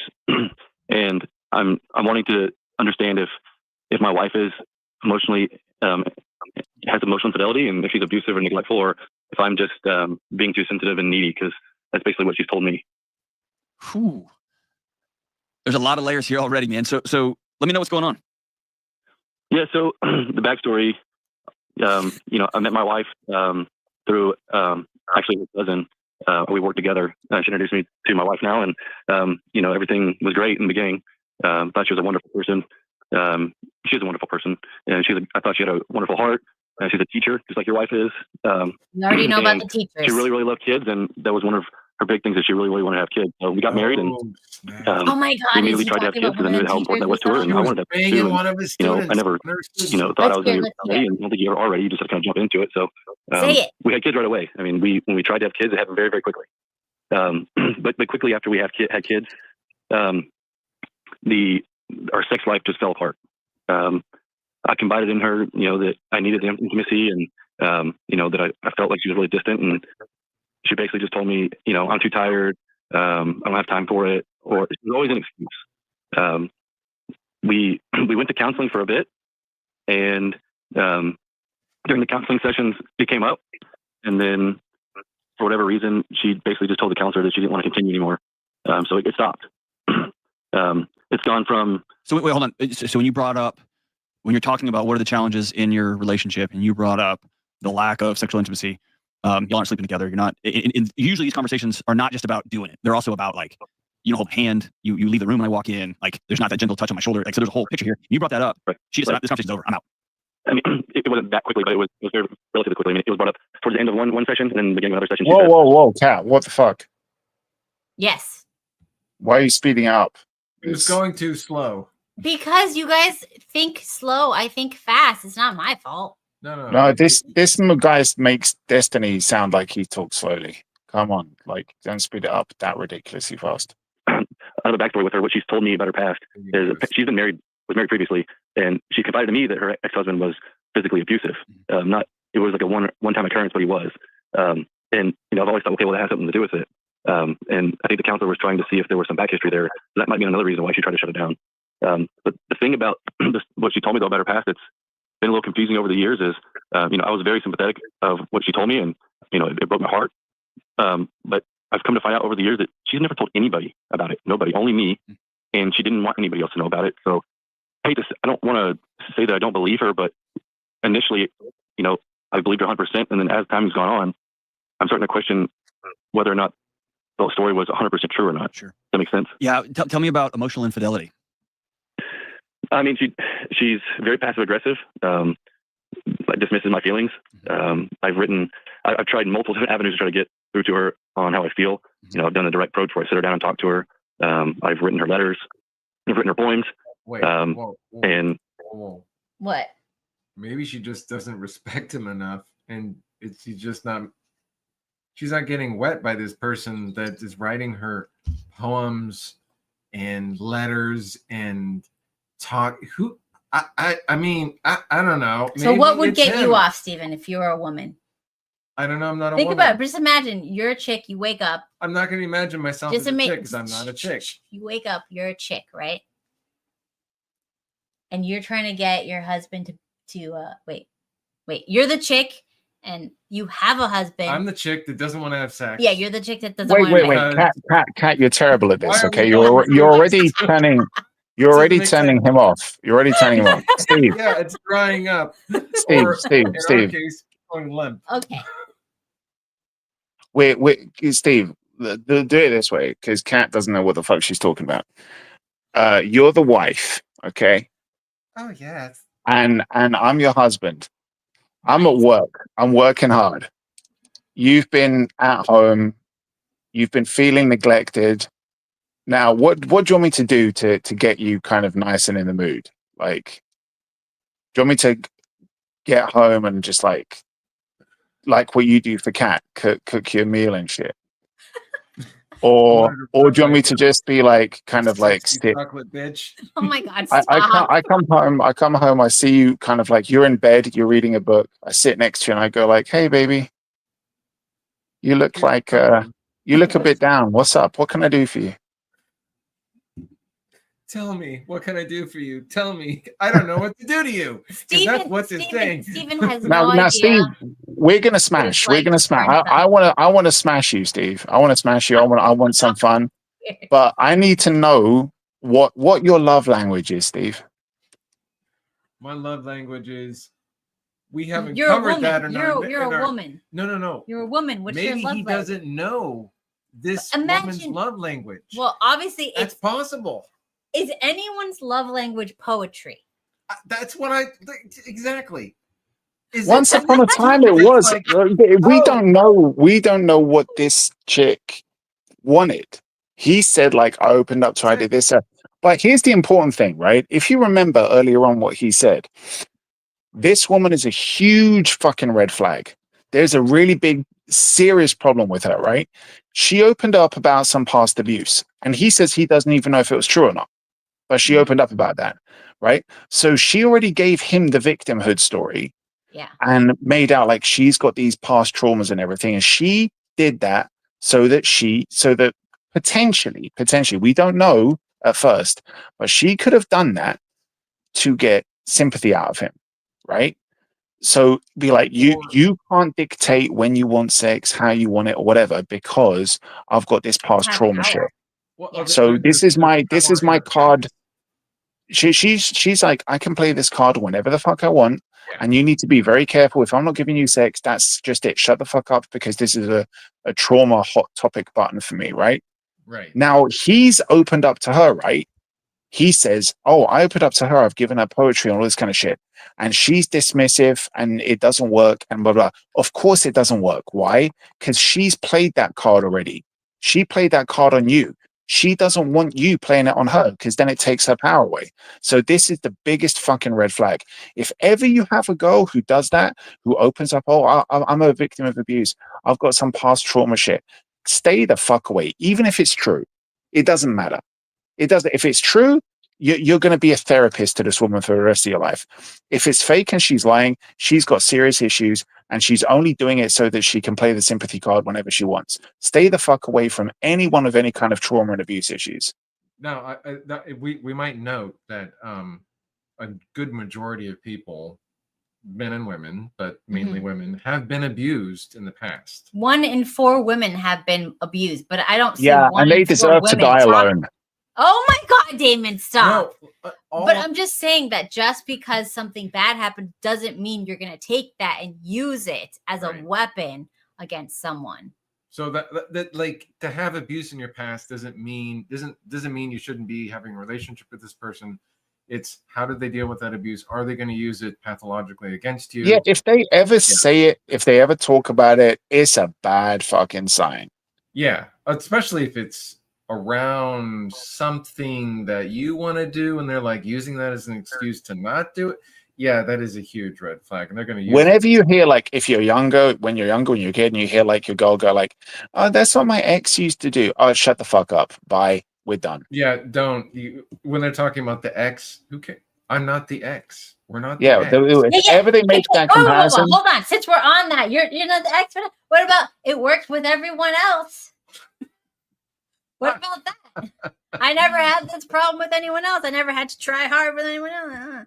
How about that? That's all I'm going to say. Okay. Keep saying it. What are we talking, Kat? Vaginal dryness? You don't need to know. Getting excited. Okay. Too many burritos. Not enough burritos, apparently.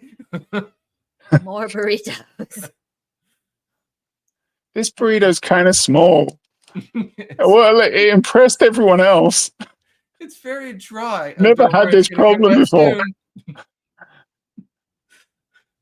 Oh, God. Don't bite down too hard, honey. You gonna... What? You guys want to finish this one? I feel kind of bored. Go on, finish it. That's what I want to know where it goes. I'm like, well, this is ridiculous. Like, she has told me directly that I'm needy and too sensitive. Exactly what she's told me. And she's very dismissive also of things that are important to me. Yeah. Like, I'll give you an example of something small, but it came up the other day. Oh my really good at communication, and we obviously have a horrible communication in our marriage. And one of the things that I've asked her to do is, look, if she's gonna have any friends or family come over, just let me know so I know in advance they're coming. And she hardly ever does it. And the other day, someone just popped up and I had no idea they were coming. And I asked her, I said, why didn't you tell me they were coming? She's like, I don't need to tell you that. So just for technicality, emotional infidelity, the way I would classify that is somebody that has feelings for somebody else. They haven't slept with them. They're not holding hands. They're not going on dates, but somebody who has chosen to confide in somebody that's not their person they're married to. Super common, sneaks up on you. And it can definitely be worked through, but it definitely is a thing, right? That doesn't sound like what's going on here. What sounds like what's going on here, and I always want to enter into these spaces very carefully, okay? Because I just want to tell to the people listening, one of the things you never ever want to do when somebody confides in you, like you're doing right now, what you're saying, Joe, is hard to say, right? You're saying things out loud. You're being pretty vulnerable with me, and I'm really grateful for it. That's hard for a dude to say, hey man, I'm like pouring myself out to her, and she just keeps shutting me down. It's my wife, it's my mother, my kids, right? That's hard to say out loud, right? And my guess is you don't tell a whole bunch of people that. But one of the cardinal rules when somebody opens up to you is to never badmouth their spouse, because they might get back together and then they're going to remember what you said. When you're like, yeah, she sucks. Then y'all reconcile. You're always going to know, like, that dude said my wife sucks. You know what I mean? So I always want to tread carefully here, but I also want to be really honest, and we have a contracted time to talk. So can I just be direct, straight ahead? Is that cool? Sure. Yeah, you're dealing with somebody. I'm not going to diagnose her over the phone, obviously, but you're dealing with somebody who doesn't give a crap about you. And I need you to hear me say this directly. You're not crazy. This is not. In fact, given what you've told me now, I know there's always two sides to every story, right? And I've had these conversations where I talk to a dude like this, and then I talk to her, and she's like, "Oh yeah, let me fill you in." And it's like, "Oh, okay, that makes sense." Right. But I don't get that sense from you, man. It sounds like a guy who loves his wife and is doing everything he can to connect with her, from the direct approach, the indirect approach, the I'm going to help around the house approach, to the hey, you want to dream together approach, here's some poetry approach. Sounds like you're doing everything you can, man. And you're consuming stuff like this show. You're trying to figure out, what is it about me? And I want you to hear me say, I don't think it's you, man. I don't think it's you. And let me tell you why that's hard to say. Because now you're left with this terrifying, well, now what? Right? Because doesn't sound like there's something you can just go fix. I'm going to say something that's going to sound really callous. And I'm saying this as somebody who's been through my own hell and back, okay? And also has worked with a whole bunch of people. Trauma is very, very real. I wrote a whole book about it. And it cascades through a person's entire life and through their family tree if they don't deal with it. And it's not an excuse to shut your life down. And so we do not choose the trauma that happens to us. We don't choose the abuse, the marginalization. We don't choose being born in the wrong neighborhood, the wrong color, all those things. We don't choose that stuff. We do choose what comes next. And so it sounds like somewhere along the way, either hell visited your wife, either before she was your wife, when she was a little kid, whatever. Or, like you said, now I'm trying to even doubt if that's even true. Here's the deal. It honestly doesn't matter. What matters is she going to look at the person she committed her life to and say, I hear you. I may not be able to sleep with you 3 times a week right now. I get that. But I also understand that I can't go through my whole life not touching my husband. I'm going to go do the work I need to do to be well. I am going to go see a counselor. I'm going to go sit with a mentor. I'm going to go figure out, why does my body pull away when the man I love leans in, the father of my kids? Okay, I think I got the point. What do you think? Well, that's kind of what we said. Yeah. So she hates him. Well, don't know if she hates him, but she just is a broken bitch, man. She's got some problems. And maybe she's like connecting with someone else. No, I've heard that this happens sometimes where like, and I've actually heard women on the TikToks talk about this. Like, pretend you really like a guy, pretend you're really sexually interested in him, pretend this, pretend that, get married, have kids with him, and then shut it down because you don't like him anyways. But now he can't leave you because you got kids. Or what? Hormones. Maybe she was on the birth control. Didn't really. Oh, she was on the birth control. Got off of it. But then she had multiple kids. Well, she was already on the roller coaster. You know, maybe she had a kid, and then before the hormones of the previous pregnancy came down, she had another kid. We don't know the timeline. Yeah. Or maybe she like felt depressed from postpartum depression, started having sex, thinking that would help. Didn't help. Had another kid. Or the hormones literally changed, or I don't know. There's a lot of possibilities. Or she just didn't like him anymore. Dude, I don't think she ever liked him. This is also possible, yeah. Some people just like, want to check a box. Some people just want to eat a box. Okay, that's enough. All right. So this one was a little bit not as fun as I thought it would be. Okay. Wait, hold on. Let me see if I can get to where he talks about the psyops.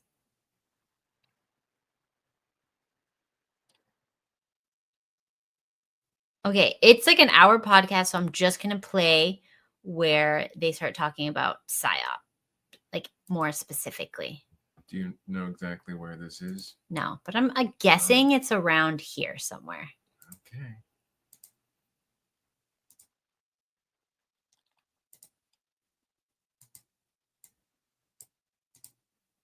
You will break a person to the point that they will do anything that you ask them, and they will think it's their idea for several weeks. They restricted her calories. And behind the curtain, but the subjects didn't know that. The experiment was repeated many times with the same results. The debunking claims that the test subjects responded emotionally to the man screaming behind the curtain, and therefore they were not just blind slaves to authority, but they still pressed the button. It wasn't a test of, do people have empathy? It was a test of, do people do what they're told? And they did. Which of those 6 factors were present here? It actually only had about 3 of them: compliance, suggestibility, and focus. So the ones that were missing was openness, connection, and expectancy, because no one knew what to expect. Explain that for me. You said compliance? Yeah, that's the fear of disobeying someone in authority. So compliance comes from feeling like you have to obey even if you don't. And what was the next one? Suggestibility. They were willing to try it. So they were suggestible enough to give it a shot. They just probably didn't realize how far they would end up going. And then the big one, my friend, is focus. If you don't have focus, you get nothing. You give them something to either fear or something that is novel, meaning brand new. They went to a laboratory they'd never been to, sat in front of a shocking machine they'd never seen, and were at the behest of a doctor they were afraid of. Immediate focus. Imagine that exact same scenario, but the guy came to your house to do it. It would never work. So it sounds like dealing with something unfamiliar kind of soaks up a higher level brain activity and forces people down to a lower level of brain activity, which is why hypervigilant people are more resistant, because they stay in the high brain activity. So now we've gone over how I talk about the subconscious, how those same principles are being used to control what people think and do, who is at more risk of being That sounds like AI. to control them. Yeah, because it's fast. Okay, so basically they're talking about I think there's like 9 or 6 or whatever. You don't need all of them, but there's 9 or 6 techniques that you need, like at least a combination of a few of them in order to get someone to do anything. So this is how they get someone to fall for anything. So basically they're saying that you can get someone to do, if like they need acceptance, significance, approval, validation, whatever, like all these things. But it's almost like what they're telling their LGBTQ people all the time. Well, yeah, because it's the same way you start a cult. Yeah. How you get someone to do something is the exact same technique. Everybody else hates you, but we love you. We respect you. We believe you. Yes. And you're a part of a bigger cause. Yeah. And people who are resistant are people who are like the most annoying people because they're hyper vigilant, high stress, high strung people. So the only people who are resistant to this type of psyop are very high strung, traumatized, hyper vigilant people. So the people who go, I wouldn't fall for that. I would never fall for that. I'm not dumb. I'm not easily manipulated.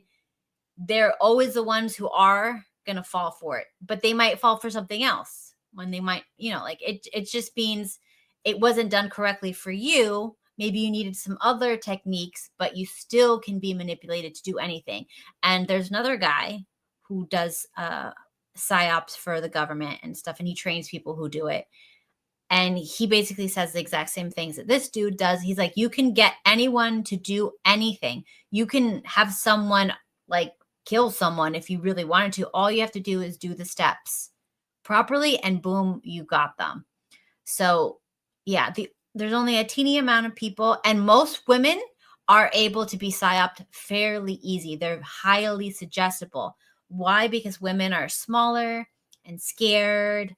And he was even talking earlier in the episode how like body language can indicate whether or not someone can be psyop. So someone who like walks like, kind of like crunched, like not very open, like very to themselves, like protecting their body organs. Those people are super easy to manipulate and control. So anyone has low self-esteem, anyone who's depressed, if you haven't eaten a lot. So like they were saying, like you could be like normally in a normal situation, you wouldn't do anything.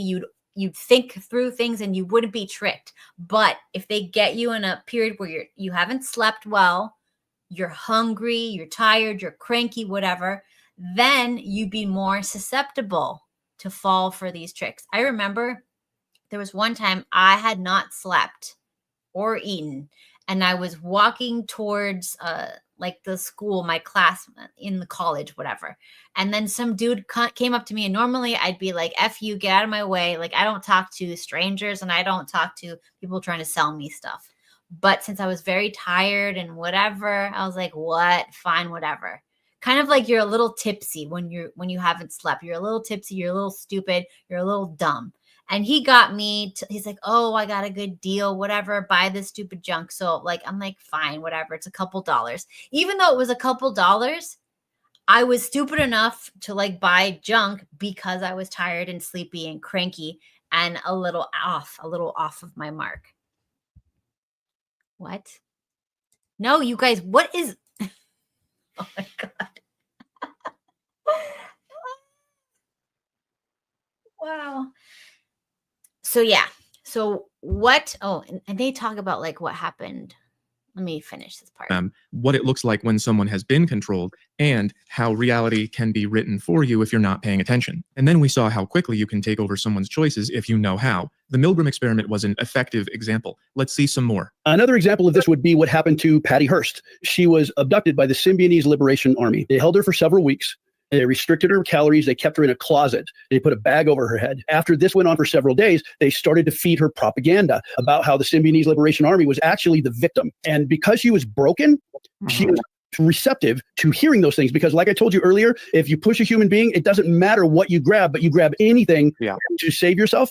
She was allowed out of the closet and she was brought into the organization. And within a matter of weeks, there's black and white footage of her robbing banks with them and yelling about the victims that are the Symbionese Liberation Organization and death to America. And she's holding a machine gun. So then that explains Stockholm Syndrome. If you're in a desperate enough situation and your only way out is to believe the bad guy, your brain believes it all the way down to the level that actually believes it. And you say this same technique has been used by our own government. This used to be done with prisoners of war. This is where it all started. This has been used by the government. This has been used on prisoners of war. This has been used on high-level people that are involved in espionage. You've probably heard of the term double agents before or something like that. And this is what happens when people get kidnapped. You get extreme focus by inducing fear. It could be everything from waterboarding to, if you don't do this, we're going to not feed you for the next 3 days. It's driving extreme amounts of adrenaline. And that's what causes that agitation and that horrible feeling of dread. Because the more dread that you can create, the more they begin to break down. After that is you agitate, you interrupt normal patterns. Not only have you controlled where they can go, like you keep them isolated someplace, and not only are they scared to death, but now what you do is you start waking them up at different times during their normal sleep pattern. You feed them at different times, or you make them do things that are not part of the normal routine. The brain wants consistency and ritual. So you take that away. If you really want this to go quickly, you restrict caloric intake. The more hungry you are, the more compliant you become. The last part is repetition. And you will break a person to the point that they will do anything that you ask them, and they will think it's their idea because their brain is broken. It's like molding clay. And it's used all the time by people that know how to do it to create kind of moldable people. So this is unfortunately something that actually happens even today. So these are obviously extreme examples, but it is exactly the same thing that's happening to you when your phone makes you feel upset or frightened and then also gives you the way out. It's like a little bit of Stockholm Syndrome as a treat. A lot of you are probably thinking, I would never let this happen to me. I would never let someone else change my thoughts. And that is the problem. When you believe that your thoughts cannot come from someone else, that's what it feels like to shut off your neocortex, which is exactly how you let them get you. Remember when BK pointed to his forehead and said sizzling? When you say that would never happen to me, that is you not sizzling. You're letting your guard down. I don't believe that I can't be tricked. I just know what it feels like. I stay sizzling. I went to the mall once and this salesman had some kind of sea salt foot scrub, I think. I don't know. It was blue. But I don't buy that stuff and I'm very hard to sell to. However, I had just lost a lot of weight. So the world felt different to me and I was low on calories and just a little, not like Patty Hearst. And this salesman says, girls like soft feet. I happen to have chronically crusty feet. I actually sand them. This is 60 my grand. So he God, had that all of my really is focus. deep. I wasn't eating much. I'm open-minded. He said he could help me get something I want. I spent $30 on foot sludge because I was hungry. So if you were thinking I could never be brainwashed, all my ideas come from me, then you are as brainwashed as possible. You also have to remember these conditions are not happening to you right now. You're probably home and comfortable. You probably slept last night. You probably ate today. So it can be hard to imagine what would my brain be doing if those conditions were different. So now you understand what I do a little better and why I care about it this much. Now I want to know how controlling a narrative and fractionation and all that stuff, how it's used by governments and intelligence agencies and so on. This is the good part. BK is going to tell us as much as he's allowed to. Does the government really do this to people? So this is something that is used by the CIA, and there have been operatives that many people don't realize were protected by the government under certain organizations and operations. And you can even look like at a Charles Manson. He did not have any idea why what he was doing was successful. And many people go, how the heck did he ever afford this stuff? How could he afford to bring these people in? I'm not really at liberty to talk about this part, but there were people that were paying bills for him. Many times he would use drugs, he would use mind-altering substances, and then he would pretend he was doing it himself. Many people don't know this. He didn't do it. Most of the time, he didn't do it himself. And you get them to do the experimental drugs. And that, if you know anything about how that type of stuff works, it drops all of your susceptibility. None of your natural defenses go up. So you just receive the information. It's really scary because this was actually something that was used in the MK Ultra program. If you want to really learn about this kind of stuff, look up MK Ultra. But yeah, Manson had no idea what he was doing. He just knew that if he said certain things and gave people certain things and provided a place for them to live, then all of a sudden he became this powerful entity. He was doing like, I'm the modern day Jesus thing. I'm a modern day prophet. Yeah. And he was a singer and he was a songwriter. And back in that time period, I know not so much anymore. If you see a dude with long hair and a beard who's strumming an acoustic guitar and singing songs about war is bad and love is good and all that, it wouldn't carry any weight now. But back then, girls flocked to that. Some people say in the red pill world, he was a contextual alpha. So even back then, they knew what they were doing. So the government knows how to do this and they do it, and that's all public knowledge. And you say they're still doing it today in the form of psyops, which might be affecting the people who are watching right now. What can you tell them about this? First of all, a psyop is a psychological operation, or in the industry, sometimes it's called engineered reality, because you're creating a reality for other people. A psyop is done as a distraction. It's the old magician, look at this hand, but don't look at this hand. It's exactly the same thing.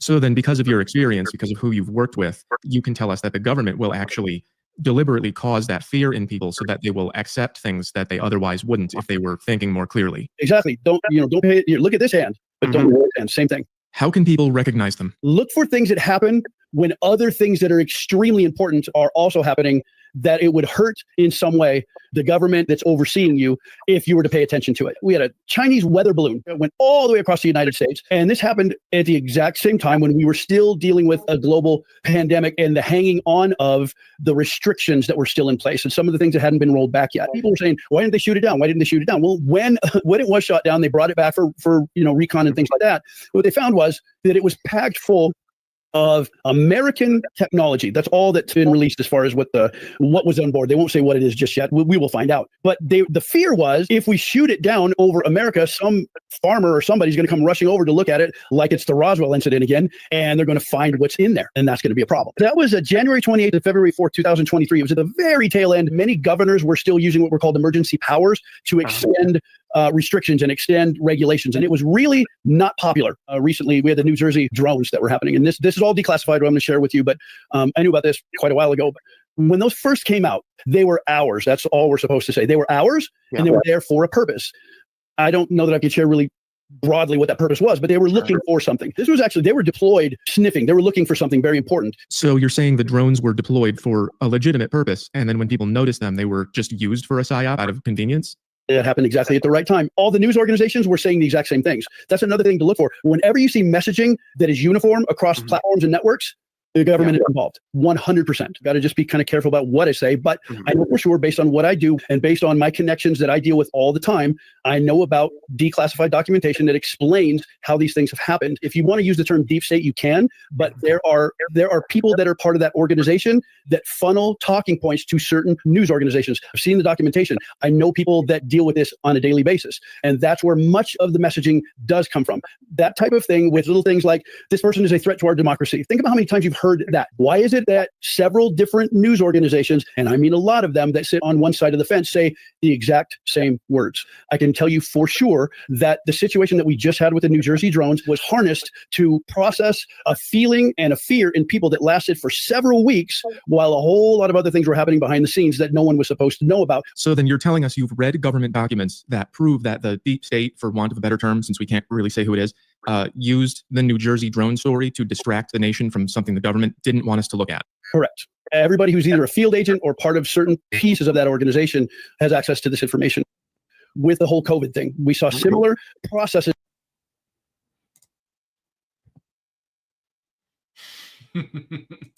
Okay. Well, as far as this guy goes, he's saying exactly the same thing that this other guy that actually works for the government, that does PSYOP training for the government, says. So he's not saying anything new, but they're Chase Hughes. Yeah, Chase Hughes is the guy that I'm talking about. So I don't know who this guy is, his credentials. He says he's basically the same as what Chase Hughes says. Yeah. The moment where they mentioned, or when you mentioned as well, that they can tell by body language how to manipulate you, like how to convince you to do something. Yeah.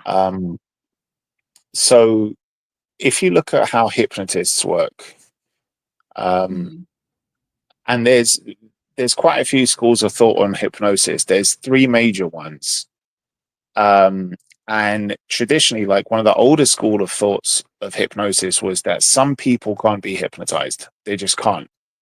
Their brain isn't wired that way. And they thought that like earlier studies was something like, I think in the very, very, very early days of like mesmerism and hypnosis, the first studies that came along thought that only about 53 or 54% of the population were open to hypnosis. And after they conducted more studies, they realized it was around 60 to 70%, somewhere in that ballpark. And about a third of people just can't be hypnotized. And contrary to popular thought, they believed that it was the dumber people, the stupider people, that weren't able to be hypnotized. And the reason for that is because with hypnosis, it's actually your own brain that's working against you. It's your own brain that's trying to rationalize an unnatural situation. And that carries you deeper into a hypnotic state. Your brain is playing a trick on you. It's not the skill, well, it is to some degree, but it's not really the hypnotist reaching into your mind and playing with it like people back then thought. And therefore, if you're tougher, if you're more intelligent, if your mental prowess is superior, then you can block it off. And it's not really that. It was the people who had more of an imagination, a more active mind. Those were the people that were more easily hypnotized, because you're using that active imagination of the other person's mind to carry them into that hypnotic state or suggestible state. The people who didn't have that kind of imagination were the people that were harder to hypnotize. Hold on. At least, sorry, go ahead. No, because Steven's about to lose his shit because he took classes on hypnosis. Yeah, no, me too. But what I'm saying is that I'm not saying that this is true. I'm saying that this is what the school of thought was at the time.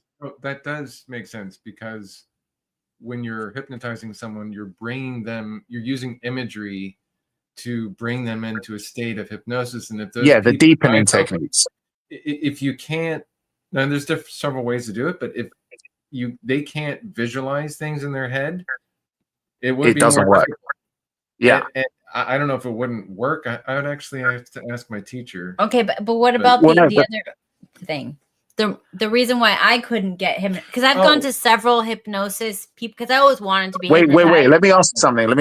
When you said the reason why I couldn't be hypnotized, was it Steve trying to hypnotize you? No. Oh, I never even bothered. Yeah, he didn't even bother. It was like I went to several different people because I wanted to. What? Okay, so because the hardest thing is if you know the person.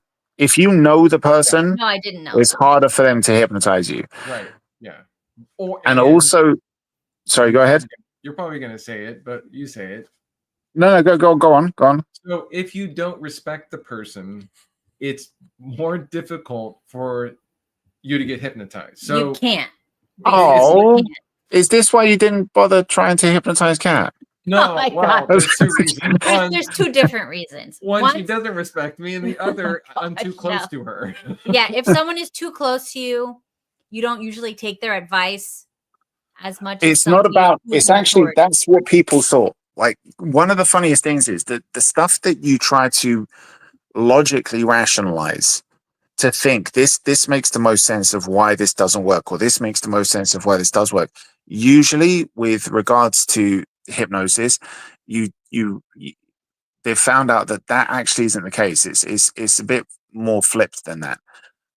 So there was a lot of good writers when it came to hypnosis. There were a lot of good people who kind of investigated it, or who did studies into it, or who actually spoke about it. And there was one guy, I think his name was Christopher Harris, who wrote a book which was like it was basically the guide on hypnosis for hypnotists. Like, I mean, and when I say for hypnotists, I'm talking about like serious, like hardcore therapist dealing with like the most traumatized patients, or the patients with like the worst addictions, and nothing else has worked on them, and even they want more advice on how to like do a very good deep hypnosis, like where you can get somebody into a highly suggestible state. And this guy did a lot of work in the area, and he also did he worked with magicians and stage magicians who wanted to do like mesmerism acts, and he like literally kind of wrote the book on it. And he did snap inductions as well, which are very risky. And one of the things is that, like, to the layman, whenever we see that, whenever we watch it on TV, what we think is hypnosis is usually not hypnosis. Most of the stuff that you see people doing, tricks and stuff like that, is actually prior to the stage of hypnosis. It's just deepening techniques where you're not even really hypnotizing the person. You're just getting the person into a stage where they are suggestible.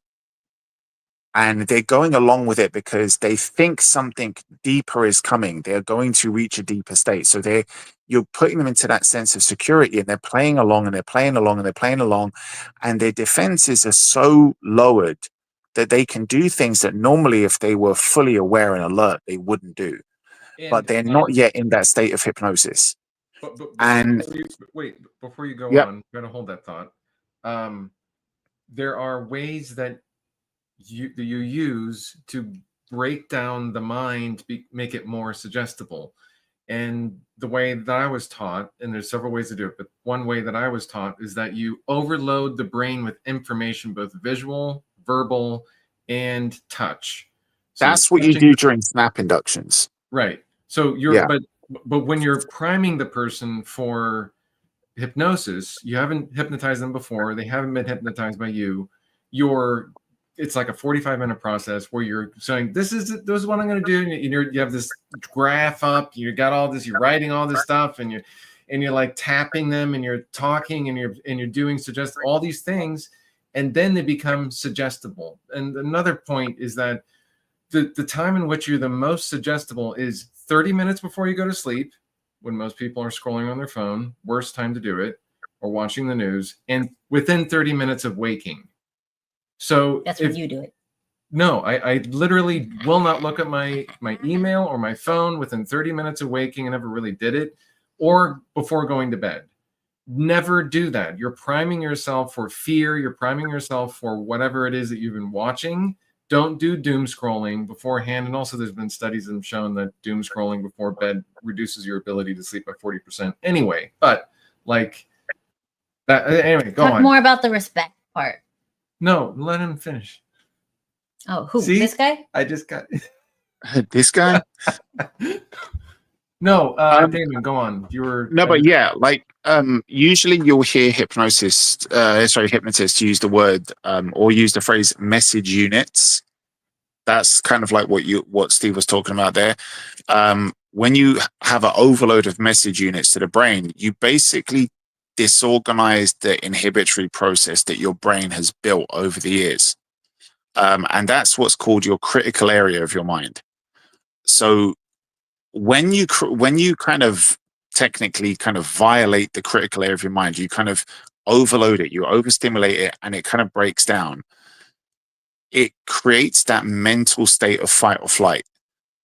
And when you create that state by breaking through the critical mind, what happens is you become hypersuggestible, because your mind is looking for something to latch onto. Normally, if your critical mind is all intact and you have your faculties and your wits about you, and you get that overload of message units, when fight or flight kicks in, you will naturally revert to doing what it is that you want to do, like to defend yourself. You will act on your instinct, whatever your instinct is. But when you tear down that critical mind by doing either a deepening kind of practice that hypnotists do use, or the snap induction, whichever one happens, once those mental defenses, which are lifetime defenses that you've built, which usually occur between the age of, well, early childhood, up to around the age of 8 years old. That's when you develop that critical mind. However that critical mind developed, you'll have your instinctive responses, which is why early childhood is so important, and why having a 2-parent household and a mother and a father figure is important. Because you're building these knowns around you which protect your mind and develop your critical brain. But when those defenses get taken down, your brain knows that something is wrong, because it's not a natural state to be in. And when it goes into that fight or flight response, the way hypnotists work, or the way hypnotic drugs work, are such that you don't know what to do when you're in that fight or flight response. You can't fight and you can't do the flight either. You're kind of frozen, and what your mind is waiting for is a suggestion of what it should do to defend itself or to continue functioning normally. And that is why the hypnotist can place suggestions there for you to do, and you'll be compliant and you'll go along with it, because your mind literally doesn't know what else to do. But the reason why they thought only about half or 2/3 of the population were suggestible and could be hypnotized and the rest couldn't be hypnotized was because they thought, that the smaller percentage, the ones that aren't suggestible, they just lack imagination. Or it could be something else. Some people thought it was that they are too stupid. Some people thought that it was that they were too clever and they were outwitting the hypnotist. There was lots of rationales for it. But I think it was sometime in the 70s and 80s where after a few studies, what they realized it was that it was based on how you formed your critical mind.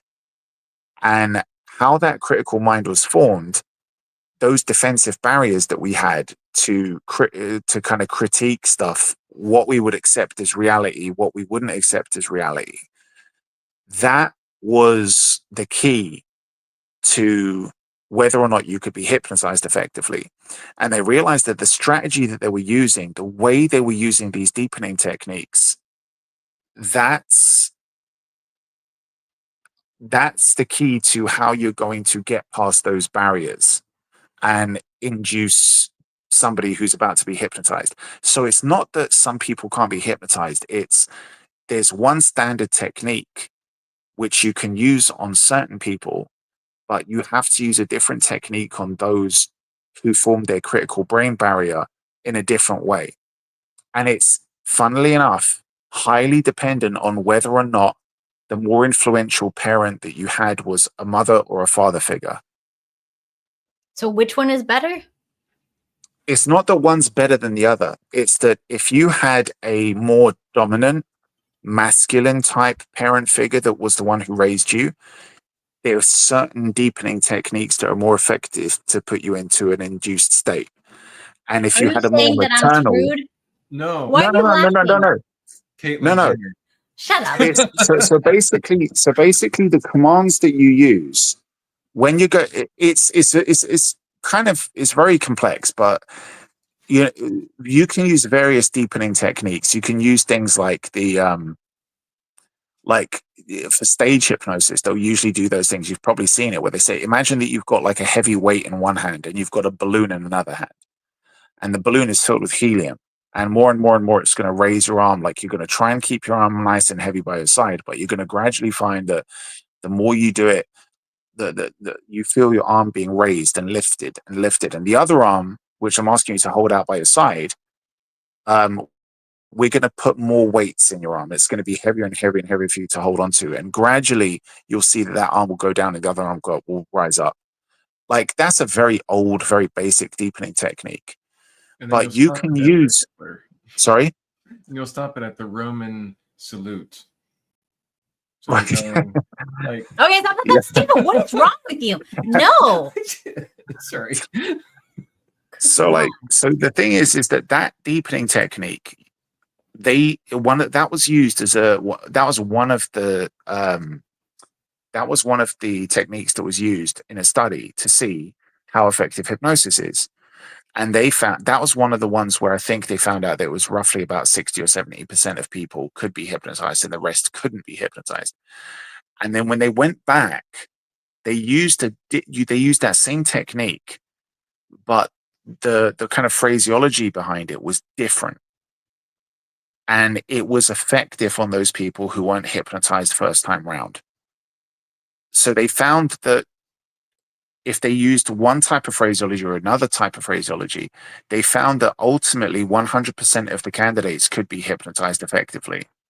It's just that some were more responsive to one style, some were more responsive to another style.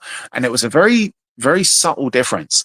It was, you would normally talk in such a way that you're giving people a choice. You're making them feel like they're not being commanded. So you would, for example, if it was the arm with the balloon that you want the arm to raise, you would say, instead of saying something like,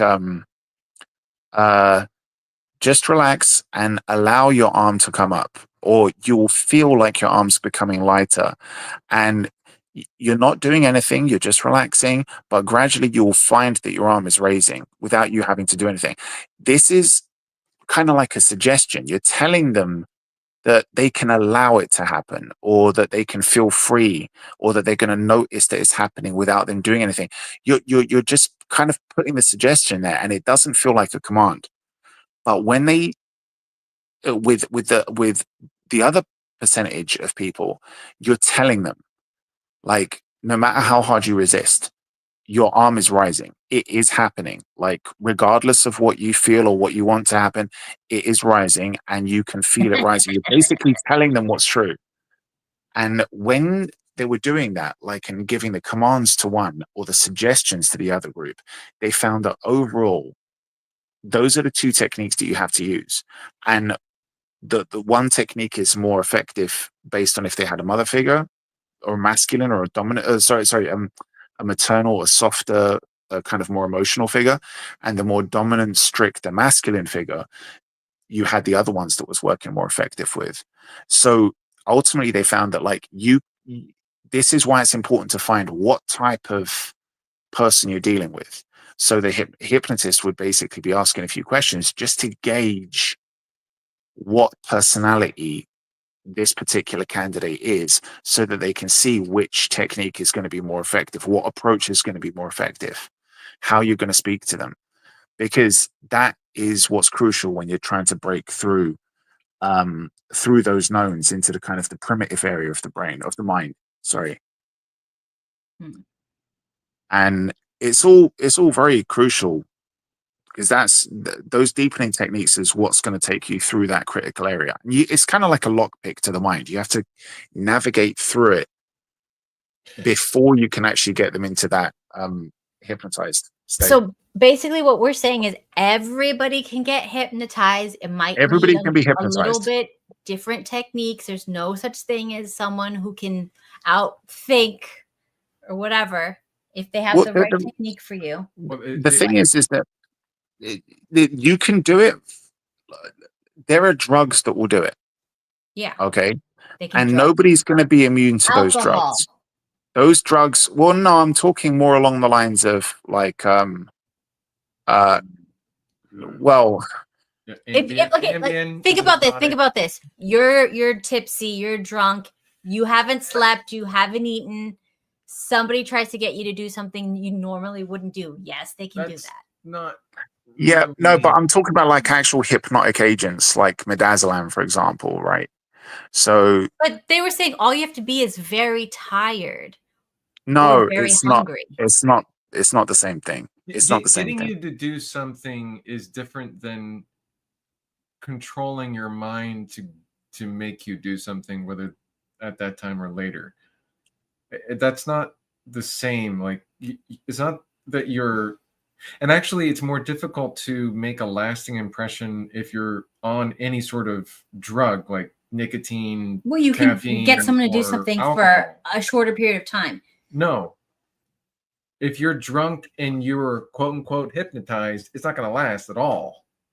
At all. Like, you can't make that lasting neuroconnection. Well, it's not about lasting. It's just enough to get you to do something that you normally wouldn't do. For example, like buy a product that you didn't want to buy or whatever. That's not necessary. I mean, that's hypnotizing. You could. Well, yeah, because look,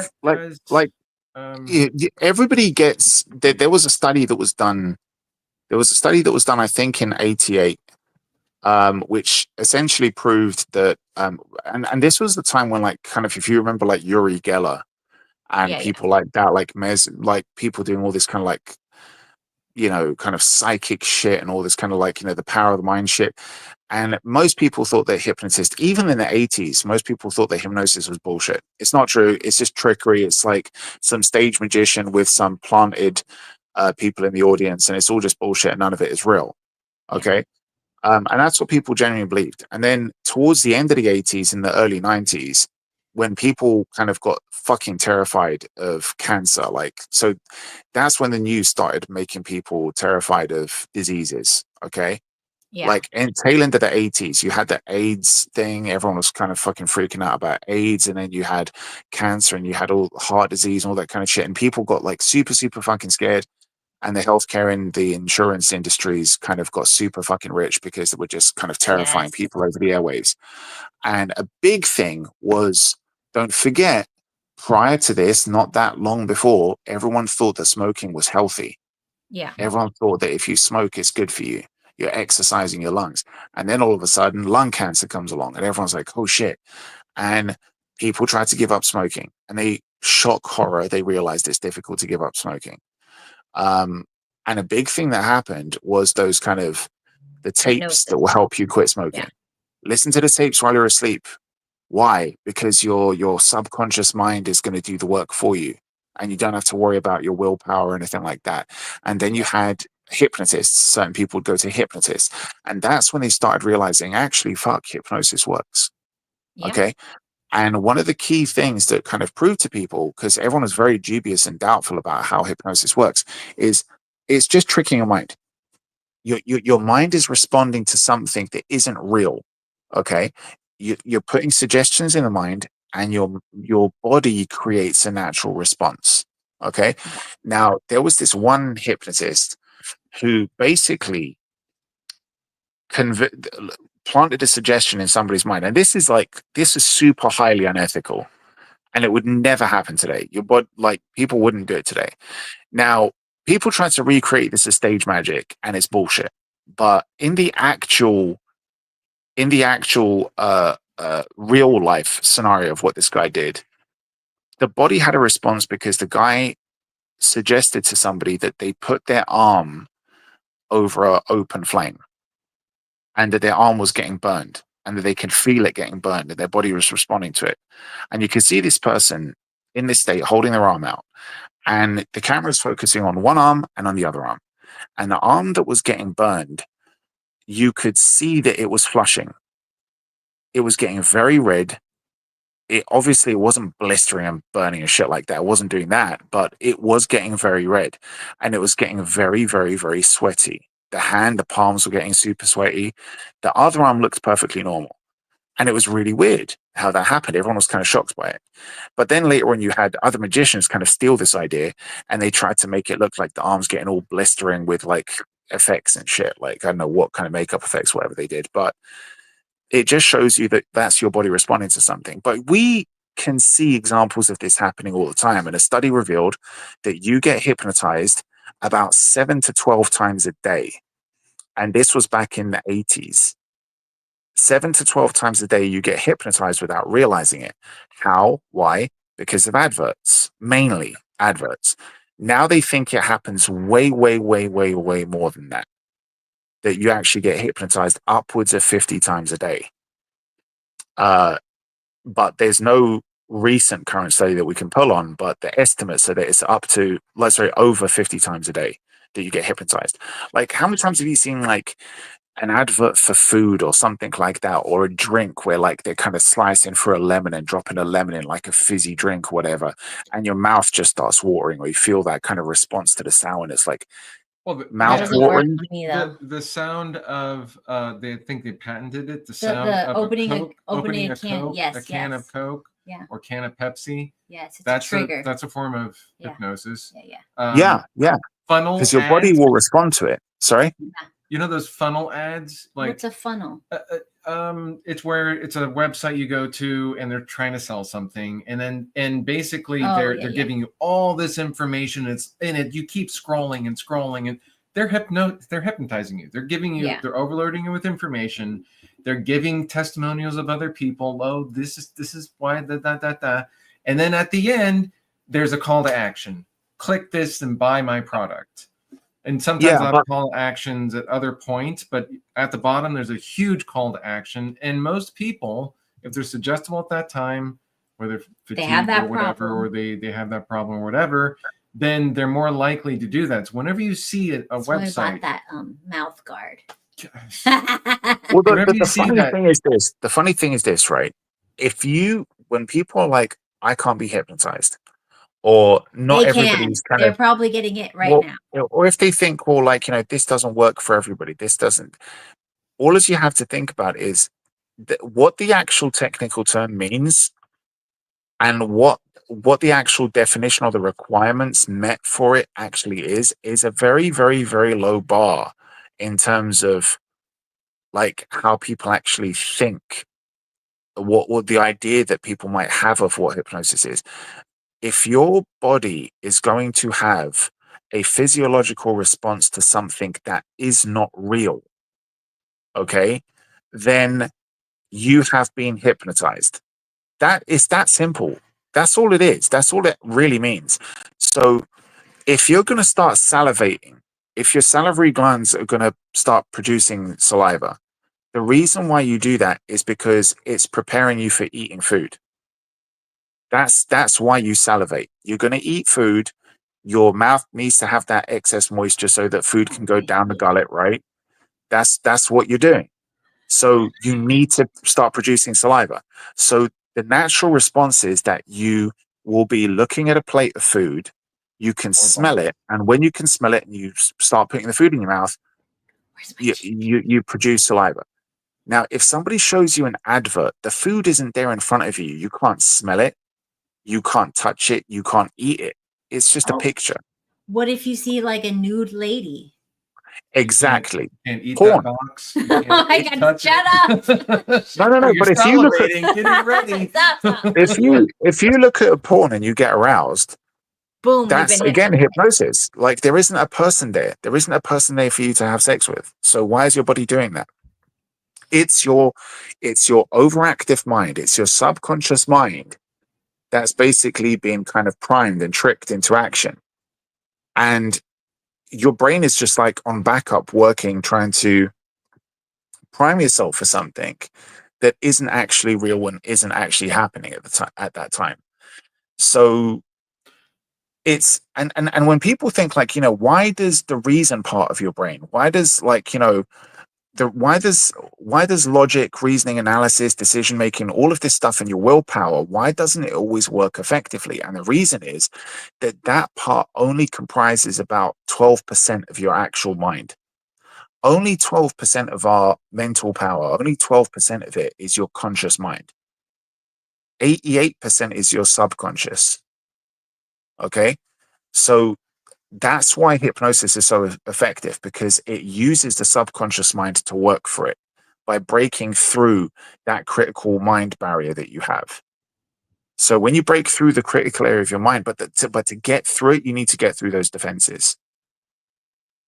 And when you get through the defenses and say, we're going to get past the critical area of the mind, then you're speaking to the subconscious. That's why the person looks so laid back, because it's the subconscious mind that you're communicating to.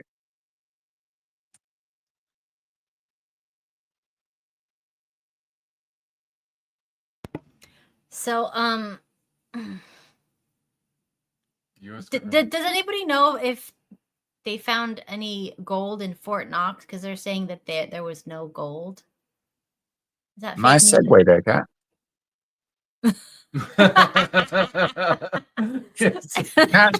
Kat doesn't have a conscious or a subconscious mind. It's basically just like a little grasshopper in a jar, just like bouncing around looking at everything. No, but I really do think that it's worked out in my favor, because it's very hard for me. Obviously everybody can get hypnotized, but it's a lot less, because it's really, because one of the most important things for hypnosis is focus. I think the hypnotist just looks at her and is like, there's no mind here for me to reach into. I'm searching around. I think I'll find this woman's head is completely empty. Yeah, also I have no ability to visualize things. Yes, you do. I feel like I know I can draw things, but I can't visualize them before they just somehow make it there. I don't know. Like, I've tried. Like, I've been hypnotized. Like, they've tried to hypnotize me, and they're like, visualize this. You're walking here. And I can't. I literally start thinking about something else. My to-do list. No. 50 other things. I can't focus on anything. Visualize like walking down steps, each with, going down 10 steps and then get to a landing, going down another 10 steps. No. You can't visualize going down steps. I can walk 3 steps and then I'm in Tahiti. I don't know. Like, I'm just like, I just so can't just to stay say in quickly, one spot. There's Arctic Timberwolf in the chat a few times has said that none of that stuff works on him. He can't be hypnotized. I've seen a lot of people who like 100% always say that. Like, it always like, no, it's never happened. Can't do it. I can't be hypnotized. And one of two things happens. There's 2 things to say about that, actually. Not one of 2 things happens, but there's 2 things to say about that. One time, what you'll see is that they're deliberately resistant. There are certain people who do that, and they'll go over to somebody like, go on and try and hypnotize me, and they're just resisting it. They're like, haha, you can't do it. They think it's like a one-up. Hypnosis is supposed to be a joint venture. The person should want to be hypnotized and be like, okay, I'm going to agree to this, and whatever you kind of ask me, I'll play along, I'll go along with it, right? So it's supposed to be a joint venture. If you're like, okay, I want to be hypnotized, and you go there and you're deliberately resisting everything, you're not going along with any of the suggestions, you've got your guard up all the time, it won't work. It won't happen. But that's not being like, I can't be hypnotized. That's just you refusing to be hypnotized. Okay, so there's a big difference there. The second thing that I was going to say about that matter is that all of those people who are like 100%, I can't be hypnotized, it's never happened, everyone's tried, it's not going to happen. Those people 100% of the time are the easiest people that will fall for snap inductions. Snap inductions work on those people every single time, and it's the easiest thing ever, which is why if ever you see a stage magician, because stage magicians are the ones that use snap inductions, a professional like hypnotherapist won't use a snap induction. It's risky. And also it's kind of not, it kind of feels non-consensual. But stage magicians can use it because the whole idea of when you get up on stage, you are consenting. It's taken as a sign of consent. And there's a crowd of people, which also matters. And there's a crowd of people, yeah. And the other thing is that the reason why it works so effectively on those people is because those people, when they walk up to a stage, they're expecting that the hypnotist is going to run through a routine of a deepening technique. They don't expect that the hypnotist is going to do a snap induction on you straight away as soon as you walk up to them. So they haven't had the time to be like, okay, let me prepare myself. I'm going to agree to go up to this and then I'm going to reject it. Most of those stage magicians are very well versed on mesmerism, which will involve things like doing very quick cold reads of people, looking at body language, stuff like that. And they can spot those people that want to walk up on stage and then cause problems and being like, haha, it didn't work for me. It didn't work. So those are the people that if ever you've seen a stage magician be like, come up on stage, we're going to do a hypnotist, we're going to do a hypnosis thing here. And people are coming up and most of those people, he's just like, stand over here, do this. Okay, you just stand over there for me. You stand over there for me. And some people are going to be picked to do the slow thing, like just relax, do this, blah, blah, blah. And then you'll see some deepening techniques. But then somebody else who'll walk up to and do a snap induction, he decided that motherfucker's an asshole. That guy's going to be difficult, so I'm just going to do a snap induction right now. Those are the people that are like, he was hard for me to read. He was being very cagey. I was picking up lots of different signals from him. I know this guy's going to be problematic, so snap induction straight away. Anytime you've seen a snap induction on people on stage, those are the people that are going to be the most difficult assholes. And if you ever rewatch any stage show where a magician's going to do a few kind of like a mass kind of hypnosis thing, and a few of the people have been, they did those snap inductions. Watch those people as they walk up on stage. You can usually see that they are acting very kind of very cagey or very shady or very weird. And the magician probably picked up on that. And that's why he selected those ones for the snap inductions. So anyone who thinks I can't be hypnotized, snap inductions are going to 100% work on you.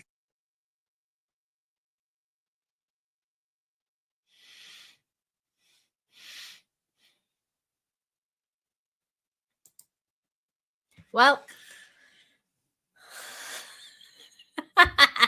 okay, I'm gonna stop. Look, I'm getting Botox just on the forehead because, like, what? Yeah, no. What? No, that's like they're not doing Botox anymore. Yeah, but just right here because look, I can't take it anymore. Just shove some needles in there. You can do it. I'm not shoving needles in my face. And then hook it up to electricity. Just Botox needles. I was about to say, how the fuck do you think the Botox is going to get in there? do snap induction. You're going to smack it into her forehead. The Botox didn't work on you either. Jeez. We can't hypnotize you. We can't use Botox on you. Oh my gosh. Look, I'm doing it because every time I'm trying to like read something, it crunches and we can't have that. So we're gonna Botox everybody. Everybody gets the Botox. Beef tallow, I'm allergic to it. It makes me break out hives. Oh, you've got those weak genetics, huh? Oh my gosh. No. Beef tallow is a scam. It doesn't work. It's a highly comedogenic or whatever. Comedogenic. Whatever. Komodo dragon. Anyways, so what where are you going to get the Botox specifically? On my forehead, like the top part right here. Just don't do it around your mouth like you did the last time. That was funny. Oh god, yeah. Steve told me about them. They were the sloppiest blowjobs ever. Yeah, it was all one side, kept leaking. It's just yeah. He was like saying it was like trying to mouth fuck somebody who had a stroke. Well, that would have been funner. No, I get it. I don't need to know. There was a bit of a positivity to it. No. I don't want to hear anything. No. Absolutely gross. Like, anyway. Oh, she was drooling. It was like looking at Beethoven. Just fucking like a dog that swallowed shoes and the laces just dangling out. He said it was terrible, Kat. Do better. I mean, it is what it is. And she had to get the other side done to like even out. And we couldn't do anything. Kat, I'm gonna have to duck out, I'm afraid. All right, we're all done for the evening anyways. Thank you all for hanging out. And it's been fun. We'll see you next time. Next week, we're going to talk about health and wellness and what? We're going to talk about that's not funny. We're going to talk about health. You always say we're going to talk about this. You don't. I love that Saturday night is supposed to be the chaos stream, and it's like we're going to talk about girly shit every week. Relationships. Okay, fine. We're going to talk about health and wellness and how wealthy people who are poor are tricked to do things when they're wealthy that's against their health. We'll get into that. Okay. That's why you have What to be does that very even mean, careful. Kat? Because what does that even mean? Oh my gosh, look at this snappy stuff. Okay, because when you are poor, you have this idea of what being wealthy is. Like, I'll do this and this and this when I'm wealthy. And then when you get money, if you do those things, you'll become very unhealthy very quickly. And that's how they get rid of anyone trying to raise their class level. They keep you down by giving ideas with hypnosis and psyops of things that you're going to do that are going to make your life easier when you have more money. But if you do them, you're screwed because you won't be around long. I can think of a lot of things. But we're not going to talk about that now because that's extending it. Okay. Everybody, we're going to bring the chaos next week. We'll be talking about that. Okay. I'm definitely going to hypnotize you next week. All right. Bye, guys. See you next time.